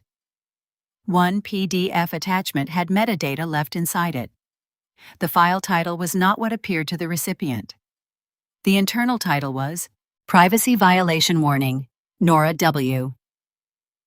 The author field showed a workstation registered under Whitaker Risk Group's office license. Date created? Months before the first employer ever mentioned a concern to me. That meant Calvin had not improvised. He had built a template, a reusable weapon. I remember sitting in Sentinel's conference room while Priya explained it. The walls were glass. People were walking by with laptops and coffee, living normal workdays. And I was staring at proof that my own father had created a document template for destroying my career. I had to put both feet flat on the floor to stay present. Evelyn noticed. "We can stop for today," she said. I shook my head. "No, keep going." Because stopping would not make it hurt less. It would only make him powerful longer. The phone records came next, those were harder. We did not have call recordings. We did not pretend we did. But with records from cooperative employers and publicly logged business contact information, Sentinel built a call pattern. 28 confirmed calls from Whitaker Risk Group lines to HR departments, clinic administrators, or compliance offices shortly after I applied. The calls averaged between 6 and 14 minutes. Enough time to plant concern. Not enough time to leave a detailed paper trail. But the timing mattered. Application submitted.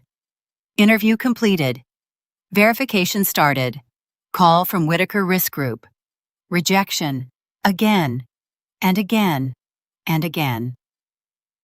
Evelyn would not let me write. Calvin told them not to hire me. We prove what we can prove, she said. The pattern will speak if we don't overstate it. So the report said, calls from Whitaker Risk Group occurred within the candidate review window for 28 documented employers that later declined after verification stage concerns. It sounded cold, but it was devastating. Then came the fake references. 11 letters had been sent to employers under the names of supposed former supervisors or healthcare compliance contacts. Several used business addresses that did not exist. 2 used phone numbers later linked to internet calling services. 1 referenced a department I had never worked in, at an organization that confirmed I had never been employed there. The phrasing matched the template pattern. Concern about judgment. Concern about access. Concern about patient privacy. Concern about legal risk. The same poison poured into different bottles. By then, the conspiracy had a shape. The fake LLC created the debt. The debt weakened my credit and independence. The equipment funded Brandon's company. The early payments protected the scheme while Brandon grew. The payments stopped when I started trying to build my own life. The anonymous emails made employers afraid of me. The phone calls reinforced the warnings. The fake references made the lies look corroborated.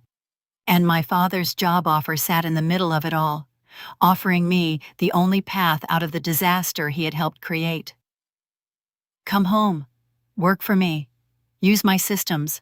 Sign my agreement. Let me own your professional life. Once we saw the whole map, I understood why Calvin had seemed so calm at dinner. He thought the pieces were too scattered. He thought no one would ever connect a Nevada LLC to Salt Lake City equipment, to employer emails, to HR calls, to a monitored job offer in Boise. He did not know I had kept everything. He did not know Sentinel could read what he failed to erase. He did not know Marisol was preparing formal complaints.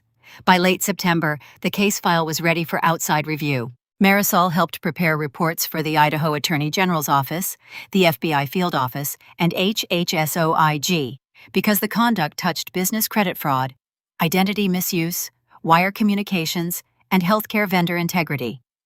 The packet was not emotional. That surprised me. There were no dramatic claims, no personal insults, no family history except where it explained access and motive. Just documents, timelines, records, cross-references, evidence tables, source notes, preservation logs. A clean explanation of how each fact led to the next. When I saw the final version, I cried for the first time in weeks.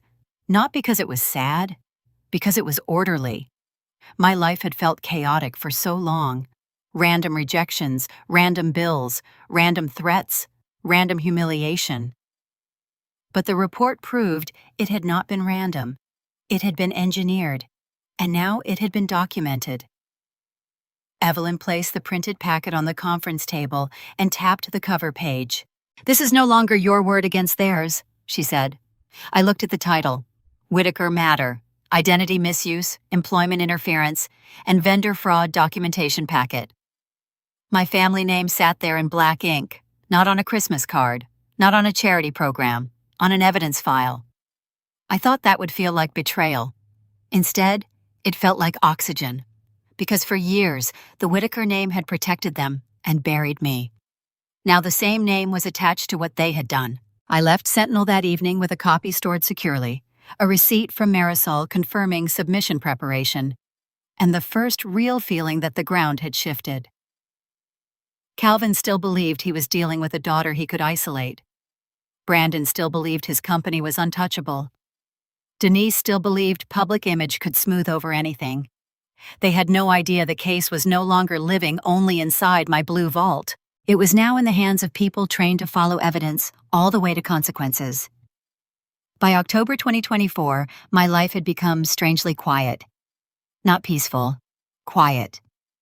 The kind of silence that comes after months of constant motion, when most of the work happens inside conference rooms, encrypted folders, attorney meetings, and email chains instead of dramatic confrontations. For the first time in years, I stopped chasing evidence. The evidence was chasing verification. Sentinel's investigators continued preserving records. Marisol coordinated with agencies that had acknowledged receipt of the documentation package. Every request for clarification came through attorneys. Every additional document received a chain of custody number. Everything had slowed down. At first, that silence made me nervous. For years, I had measured progress by discovering something new every week. Now, progress looked like waiting. Waiting is difficult when you've spent years surviving. Then something happened that none of us expected. Or rather, something happened that Brandon made possible himself. One Monday morning, Evelyn walked into my office carrying a printed program. She placed it on my desk. "I think you'll want to see this." Across the front cover were the words, "Idaho Small Business Ethics Forum, Annual Leadership Conference, Boise Convention Center." I opened the program. Halfway through the schedule, a headline caught my attention. Young Trust Leader Award, nominee, Brandon Whitaker. For several seconds, I simply stared at his name. Brandon had been nominated for an ethics award. An ethics award, after everything we had documented. I almost laughed, not because it was funny, because it felt impossible. Then I kept reading. The keynote sponsors included regional healthcare vendors, insurance companies, nonprofit organizations, compliance associations, and business leaders from across Idaho. Many names looked familiar. Several clinics that had rejected my applications, companies that had received anonymous warnings, vendors connected to Ridgeline, clients of Whitaker Risk Group, people my father had known for years. It was the same professional world my family had spent decades cultivating. Only now, they had unknowingly invited everyone into the same room. Evelyn pointed toward another page. Near the end of the afternoon schedule was another session. Sentinel Medical Integrity, Presentation, Emerging Risks in Vendor Compliance and Identity Misuse. I looked up. "You accepted?" She smiled. "We were invited months ago." "You didn't tell me." "We weren't ready." I understood immediately. Nothing about this would be improvised, nothing emotional, nothing reckless. If anything happened, it would happen because the evidence supported it, not because I wanted revenge. That distinction mattered to everyone involved. Over the following weeks, preparation became almost surgical. Every exhibit received a reference number. Every document was reviewed again. Sensitive information unrelated to the case was redacted. Private medical information was removed. Personal identifiers belonging to innocent third parties were blacked out. The goal was never humiliation. The goal was accuracy. Marisol repeated that constantly. "If the truth is enough," she said, "never exaggerate." Daniel prepared technical summaries that ordinary people could understand. Instead of showing pages of email headers, he created diagrams explaining how routing worked. Instead of overwhelming people with metadata, he identified the specific authentication fields that preserve the originating network. Priya reorganized the documentation chronologically.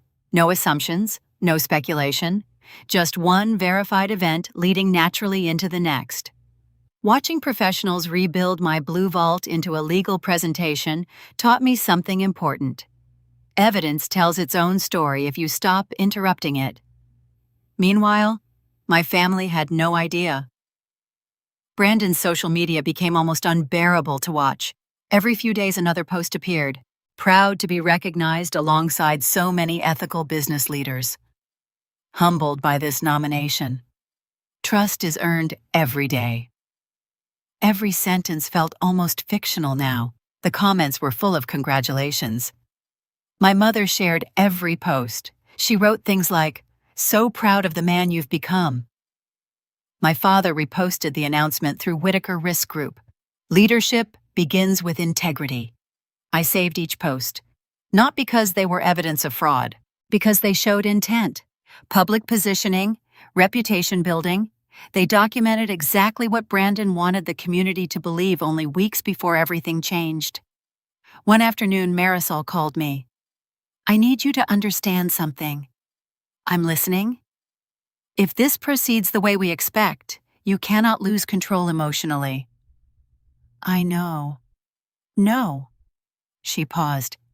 "I mean, even if they insult you, even if they deny everything, even if they look at you the way they always have." I knew why she was saying it. My family understood me. They knew which words hurt. They knew how to make me question myself. That could not happen anymore. "I won't argue," I said. "You won't need to." Another week passed. Then Sentinel held its final preparation meeting. The conference room contained only 6 people: Evelyn, Daniel, Priya, Marisol. Outside counsel, me. The presentation deck appeared on the large screen. Slide 1, Healthcare Vendor Integrity. Slide 2, Identity Misuse Patterns. Slide 3, Employment Interference. No names yet. No accusations. Just education. Only much later did the presentation begin introducing a documented case study. Again, names remained hidden at first. Anonymous applicant, fraudulent LLC, commercial equipment financing, employment verification sabotage. Every section built naturally on the one before it. Watching the presentation unfold felt strangely familiar. It followed exactly the same path my own investigation had followed. Evidence first, understanding second, conclusions last. Only near the end did the identifying documents appear: the certified filings, the delivery records, the email metadata, the verified timelines, everything already submitted to the appropriate authorities. Nothing new, nothing theatrical, just organized. When the rehearsal ended, nobody applauded, nobody smiled. Evelyn simply looked around the room. "If we do our jobs correctly," she said, "the evidence becomes the speaker." That sentence stayed with me. For years, I had imagined standing in front of my family and finally saying everything I had been forced to swallow. Now I realized I might not need to. Documents speak differently than anger. A few days before the conference, another confirmation arrived: the attendee list. I read it carefully. Healthcare executives, insurance carriers, compliance directors, regional journalists, business association leaders, representatives from the Idaho Attorney General's office, members of law enforcement task forces focused on financial crimes. Not investigators assigned to my case, not publicly, simply attendees, observers, professionals, people whose jobs required them to understand fraud and ethics. Then I noticed something else. 3 hiring managers who had interviewed me during 2022 were registered. 2 vendors connected to the fraudulent equipment leases would also be present. One executive from the certification organization that had confirmed my credentials months earlier was listed as a panel participant. It wasn't coincidence. It was convergence. Everything my father had worked so hard to keep separated was about to exist inside one building. Professional reputation, business relationships, vendor history, compliance experts, technical investigators, legal observers, former employers. The community that had trusted the Whitaker name for decades. Brandon had spent years building that audience. Now he had invited them all himself. The night before the conference, I stayed late at Sentinel. Not because there was more work, because I wanted one quiet moment alone. I opened the Blue Vault one last time. Every folder was still there. Scholarship essay, graduation documents, career verification timeline, anonymous warnings, NW patient systems, Ridgeline asset matches, Calvin, family dinner disclosure, ongoing retaliation, Sentinel.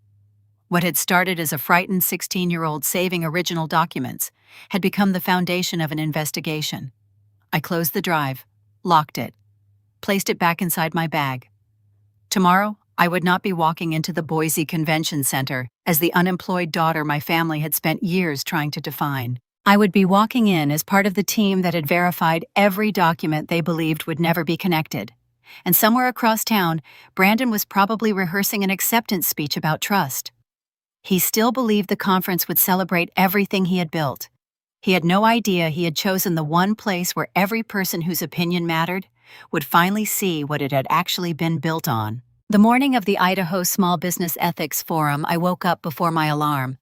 For a few seconds, I forgot where I was. Then I saw my suit hanging on the closet door, navy blue, simple, professional.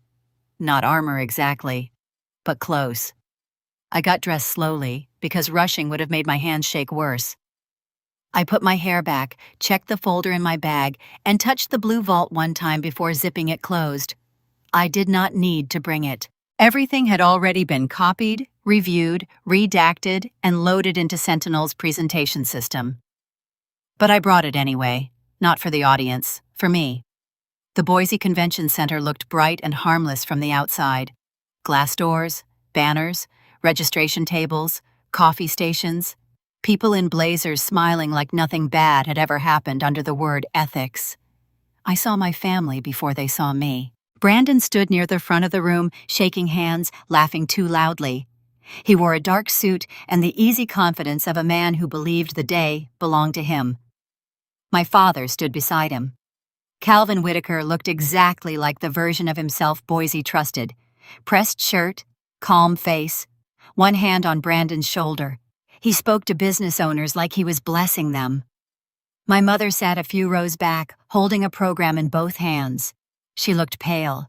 For 1 second, I felt the old pull, the daughter instinct, the part of me that wanted to ask if she was okay. Then I remembered every message she had sent to other people about my stress. Every time she chose the family image over the truth. I kept walking. Evelyn met me near the side entrance to the conference hall. "You ready?" "No," I said. She nodded. "Good. Ready is overrated. Accurate is enough." That helped. Marisol was already inside. Daniel was at the tech table. Priya had a printed exhibit index in front of her. Outside counsel stood near the wall watching the room. Nothing about this looked like revenge. It looked like preparation. That mattered. The first half of the forum moved normally. Panels about business responsibility, vendor trust, rural healthcare partnerships. Brandon was introduced once as an award nominee, and the room applauded. I watched him smile. I wondered how many times I had confused confidence with innocence. When Sentinel's session was announced, Evelyn walked on stage first. I followed. The lights made it hard to see faces clearly, which was probably a mercy. Still, I could feel the room shift when people recognized my last name. Whitaker. Same name as Calvin. Same name as Brandon. For years, that name had worked like a door for them and a wall for me.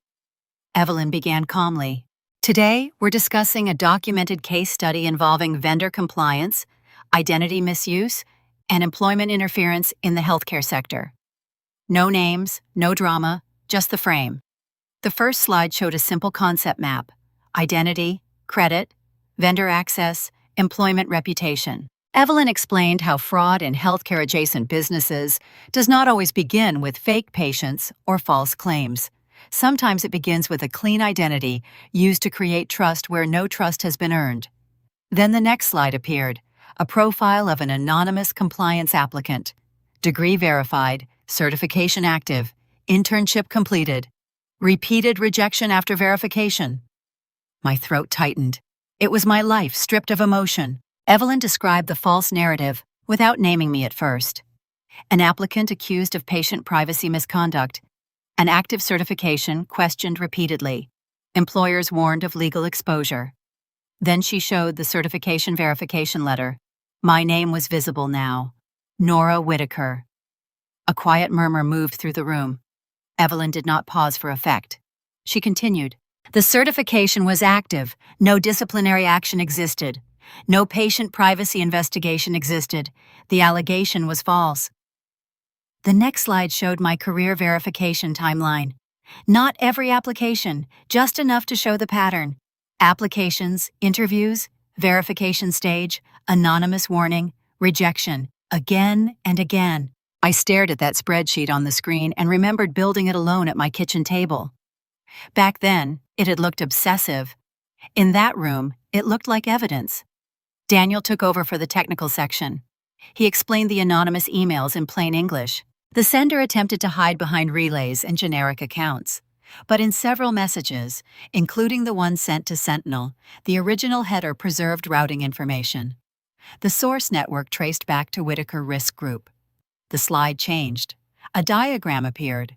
Anonymous warning email. Relay. Preserved header. Originating IP. Registered network. Whitaker Risk Group. The room got quieter. I did not look at my father, not yet. Evelyn moved to the next part. The fraudulent LLC. NW Patient Systems. The screen showed certified Nevada filings, my name as managing member, the formation date, the attached identification, the question signature. Then Priya explained the document comparison. Known signatures from my university records, certification documents, and internship paperwork did not match the LLC signature. She did not call anyone a criminal. She did not need to. The inconsistencies were visible.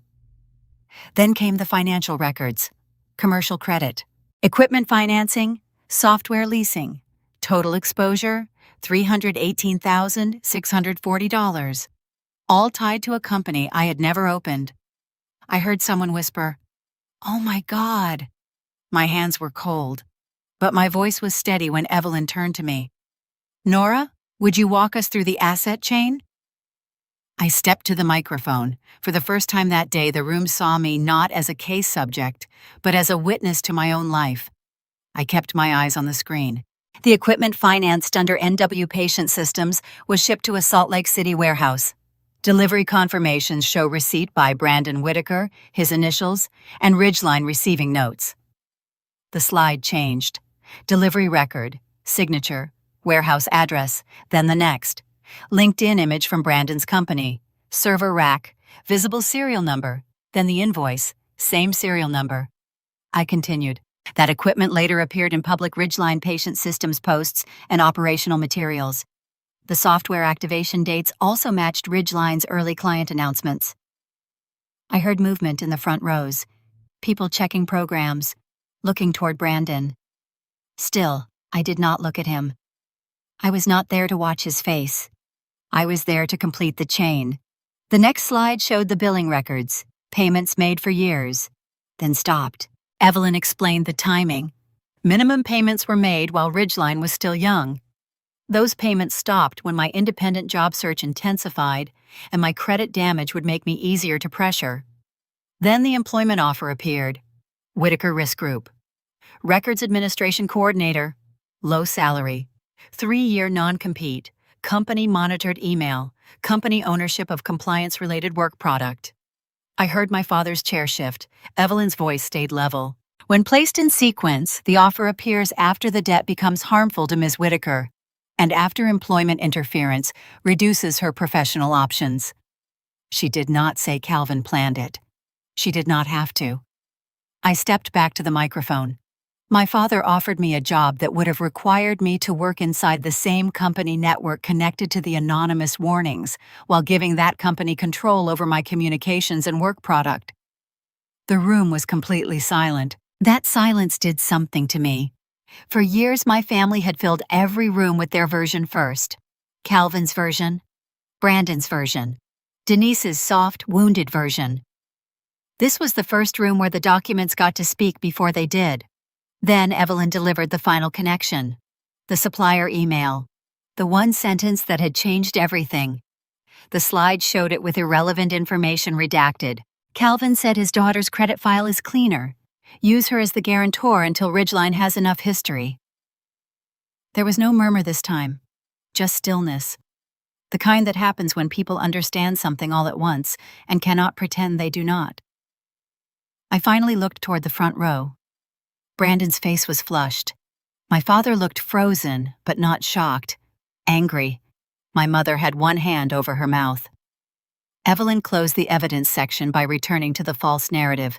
An applicant labeled risky, a certification questioned, a career stalled, a debt created, a business funded, a job offer designed to pull the applicant back under the control of the same company tied to the records.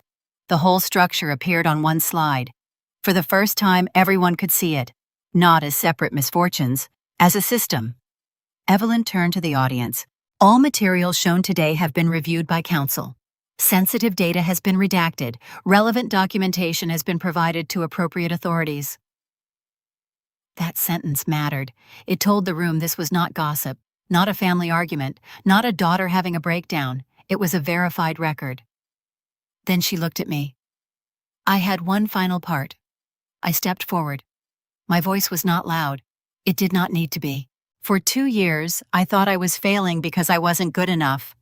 That was the story I was told at home, and eventually it became the story I thought employers believed too. But the records showed something else.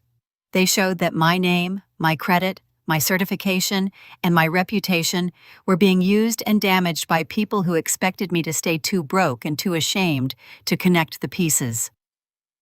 I paused, not for drama, because I needed to breathe. I'm not sharing this because I want sympathy. I'm sharing it because identity misuse inside families is often hidden behind loyalty, reputation, and fear. If your name is on something you did not sign, if your credit is carrying debt you did not create, if someone is using family loyalty to silence you, document everything. Originals matter, dates matter, patterns matter. The truth needs a place to live until someone is ready to hear it. When I finished, nobody clapped right away. That was fine. Applause would have felt wrong in that first second. People needed time to absorb what they had just seen. I stepped back from the microphone. My legs were shaking now, but I was still standing. Across the room, I saw one of the hiring managers who had rejected me in 2022, looking down at the printed program in her lap. Her face had gone pale. I saw a Ridgeline client whispering to another executive. I saw a reporter writing quickly. I saw a representative from the Attorney General's office stand and move quietly toward the side aisle. And I saw my father understand something too late. The version of me he had spent years building for the world had just collapsed. Not because I shouted over him, because I brought receipts. The silence after I stepped away from the microphone lasted only a few seconds. It felt much longer. No one applauded, no one spoke. Hundreds of people sat perfectly still, looking at the screen, then at my family, then back at the screen again. That silence was the first thing my father could not control. For as long as I could remember, Calvin Whitaker had always been the first person to explain a situation. If something happened, he framed it before anyone else had the chance. People trusted him because he sounded calm. He stood up slowly. There has clearly been a misunderstanding. His voice carried across the ballroom exactly the way it always had. Measured, confident, professional. I've spent 30 years building businesses in this state. My family is dealing with a personal dispute, and I regret that it has been brought into a professional setting. Several people nodded automatically. Old habits are powerful.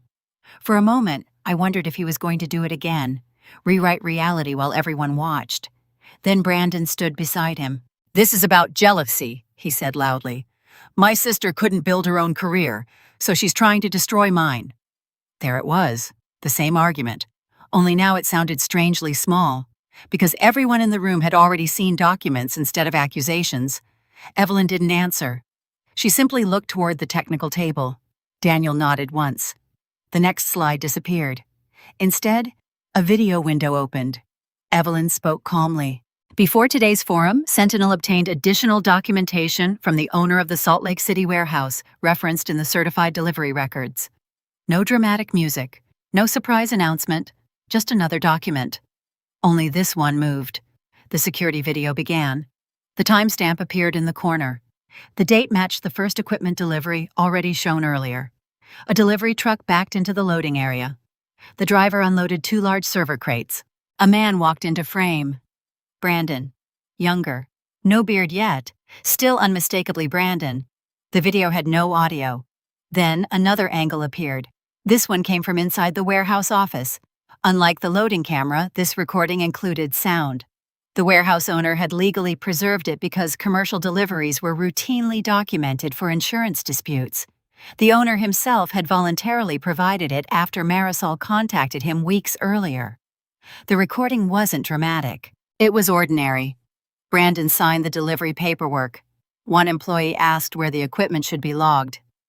Brandon laughed. "Just put it under Nora's paperwork company. Dad says it's cleaner until we build enough history." He said it casually, like someone repeating a routine instruction. No hesitation, no confusion, no surprise. He knew exactly whose name was being used. The room became completely silent again. This time it wasn't uncertainty. It was recognition. The video ended. Marisol stood. She did not raise her voice. "The recording has been authenticated by the warehouse owner, preserved through documented chain of custody, and reviewed before today's presentation. Relevant materials have already been provided to the appropriate authorities." That was all she said. Nothing more was necessary. Brandon looked toward Calvin. Not toward me. Toward Calvin. Like he expected someone else to fix it. My father finally lost his composure. "This is outrageous." He pointed toward the screen. "That recording lacks context." Marisol answered immediately. "If additional context exists, Mr. Whitaker, investigators will certainly review it. Not, if you're innocent. Not, please explain. Just, provide the context." Calvin had none. The moderator stepped forward, clearly uncomfortable. Before he could speak, two representatives from the Idaho Attorney General's office quietly approached the front of the room. They were not there to arrest anyone. That wasn't their purpose. One of them spoke softly to the conference organizer. The organizer nodded, then turned toward Calvin. "Mr. Whitaker, we're asking that you and Mr. Brandon Whitaker step out of the ballroom while we address the remainder of today's program." Gasps spread through the audience. Not because anyone was handcuffed, because everyone understood what it meant. The conference no longer considered them neutral participants. Brandon refused. "I'm not leaving." The organizer remained calm. "This is now disrupting the event." Calvin placed one hand on Brandon's arm. For the first time all day, he looked old, not defeated, just tired. He knew staying would only make the damage worse. Without another word, he started walking toward the exit. Brandon followed. Neither of them looked at me. As they crossed the ballroom, people naturally moved aside. No one blocked them. No one confronted them. No one applauded. They simply created space. That quiet distance hurt more than shouting ever could. Within minutes, phones appeared everywhere. Messages spread across the room. The ethics committee chair quietly announced that the young trust leader recognition process would be suspended pending further review. An hour later, before the conference even ended, the committee formally withdrew Brandon's nomination. Not because he had been convicted, because the standards for the award required public trust. That trust no longer existed. A member of the advisory board walked over to Calvin's empty seat. He removed the name card identifying Whitaker Risk Group as a supporting advisor. It happened without ceremony. One small piece of paper disappeared. 30 years of influence disappeared with it. Outside the ballroom, Ridgeline had reserved a networking table. During the lunch break, I watched from across the hall. One client approached, stopped, read something on a phone, turned around. Another representative packed up brochures. A healthcare vendor quietly removed promotional materials they had planned to leave with Brandon's team. Within 30 minutes, the table stood almost empty. Nobody announced a boycott. Nobody needed to. Business relationships depend on confidence. Confidence had just collapsed. The local business reporter who had interviewed Brandon the previous year walked past me. She paused. "I owe you an apology." I looked at her. She continued. "I almost wrote a story about young leadership overcoming family negativity." She shook her head. "I never asked enough questions." I thanked her. Nothing more. Across the hallway, I saw one of the hiring managers who had rejected me 2 years earlier. She walked toward me slowly. "I remember your interview." "So do I." her eyes filled with regret. "We believed the warnings." "I know. I'm sorry." That apology mattered more than I expected. Not because it changed the past, because it proved the false narrative had finally broken. People were beginning to separate my name from the lies attached to it. Near the end of the afternoon, Evelyn found me sitting alone with a paper cup of coffee that had gone cold. "You okay?" I looked through the ballroom windows toward the parking lot. My parents' car was gone. "I thought I'd feel happier." She nodded.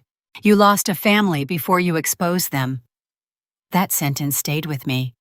She was right. The public humiliation belonged to them.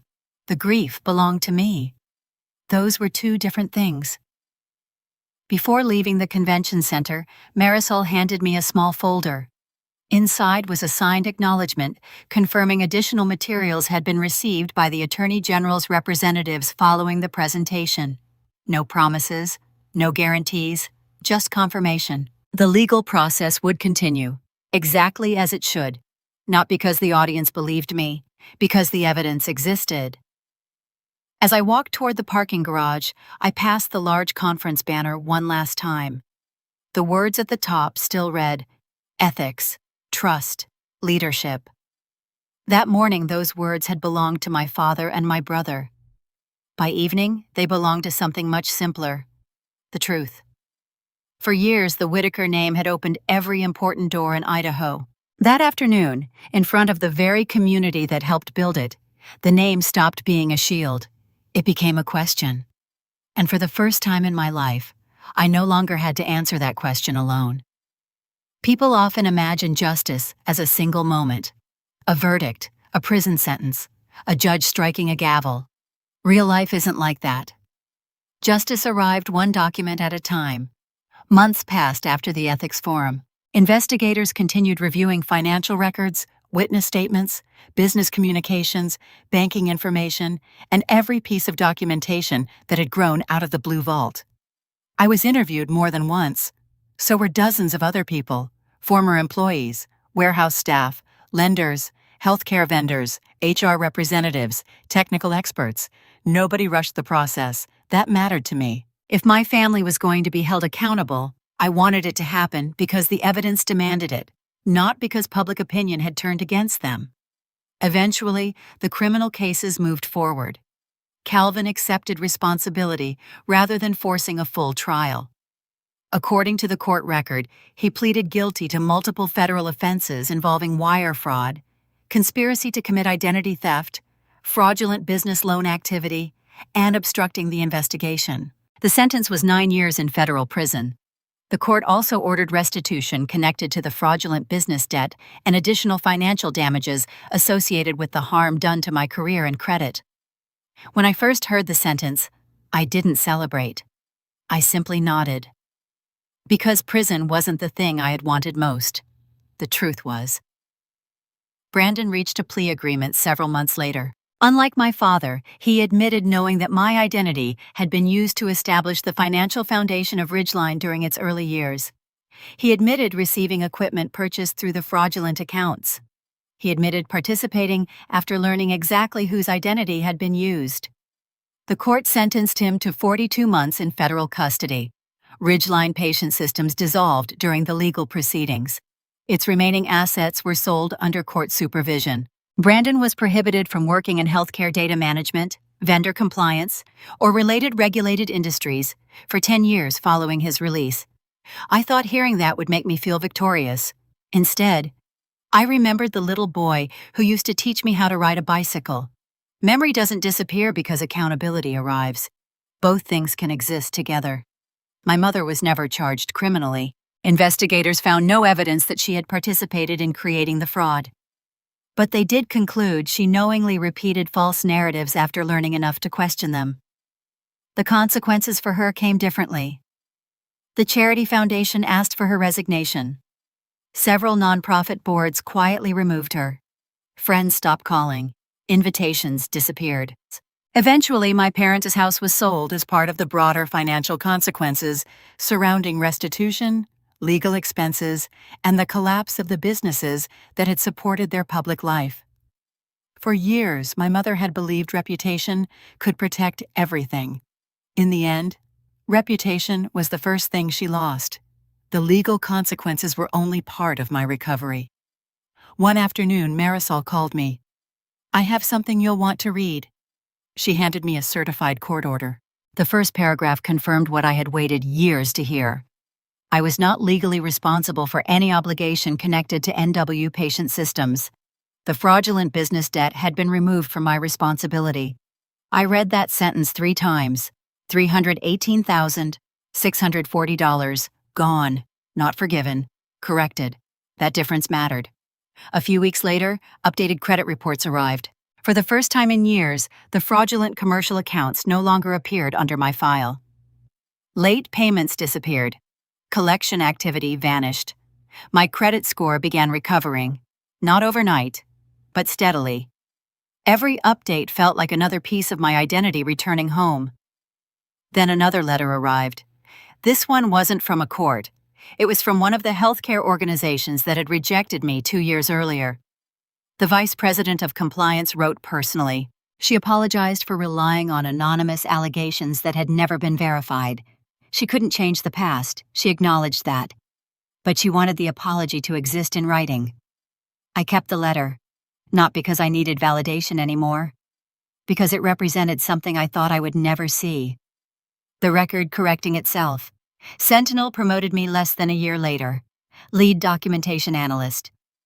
The title sounded almost ordinary. I loved that. After everything, ordinary felt extraordinary. Instead of spending my days defending my own name, I spent them helping investigate identity misuse, documentation fraud, and compliance failures affecting other people. Sometimes the victims were strangers. Sometimes they were families. Sometimes they reminded me painfully of the woman I used to be. Whenever someone apologized for bringing too many documents, I smiled. "There is no such thing," I would tell them. "Keep everything." A year after the sentencing, I accepted an opportunity to relocate to Fort Collins, Colorado. Sentinel was expanding one of its documentation teams, and I wanted somewhere with no memories attached to my last name. The apartment overlooked a walking trail instead of a parking lot. There was sunlight in the kitchen. I bought my first dining table that wasn't secondhand. Nothing expensive. Just mine. One Saturday morning, while unpacking another box, I found the blue vault, the same encrypted drive, the same scratches on the metal case. I sat at my kitchen table, holding it for a long time. When I was 16, it had been a hiding place. When I was 22, it became my protection. When I was 25, it became evidence. Now, it had become history. I plugged it into my laptop one last time. Every folder was still there. Scholarship documents, university records, career verification timeline, anonymous emails, credit reports, delivery records, family dinner notes, case files, court documents, the entire story of how I almost disappeared under someone else's version of my life. I created one final folder. I named it simply Recovered. Inside it, I saved 3 documents: the court order clearing my responsibility for the debt, my updated credit report, my Sentinel promotion letter.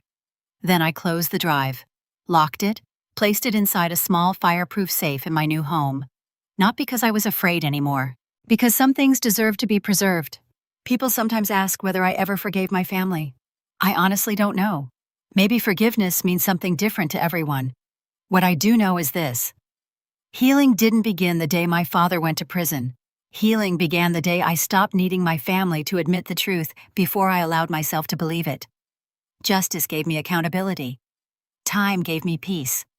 Work gave me purpose. The Blue Vault gave me a future because it protected my past. And perhaps the greatest victory wasn't that my family's power disappeared. It was that my name finally belonged to the one person it should have belonged to all along: me.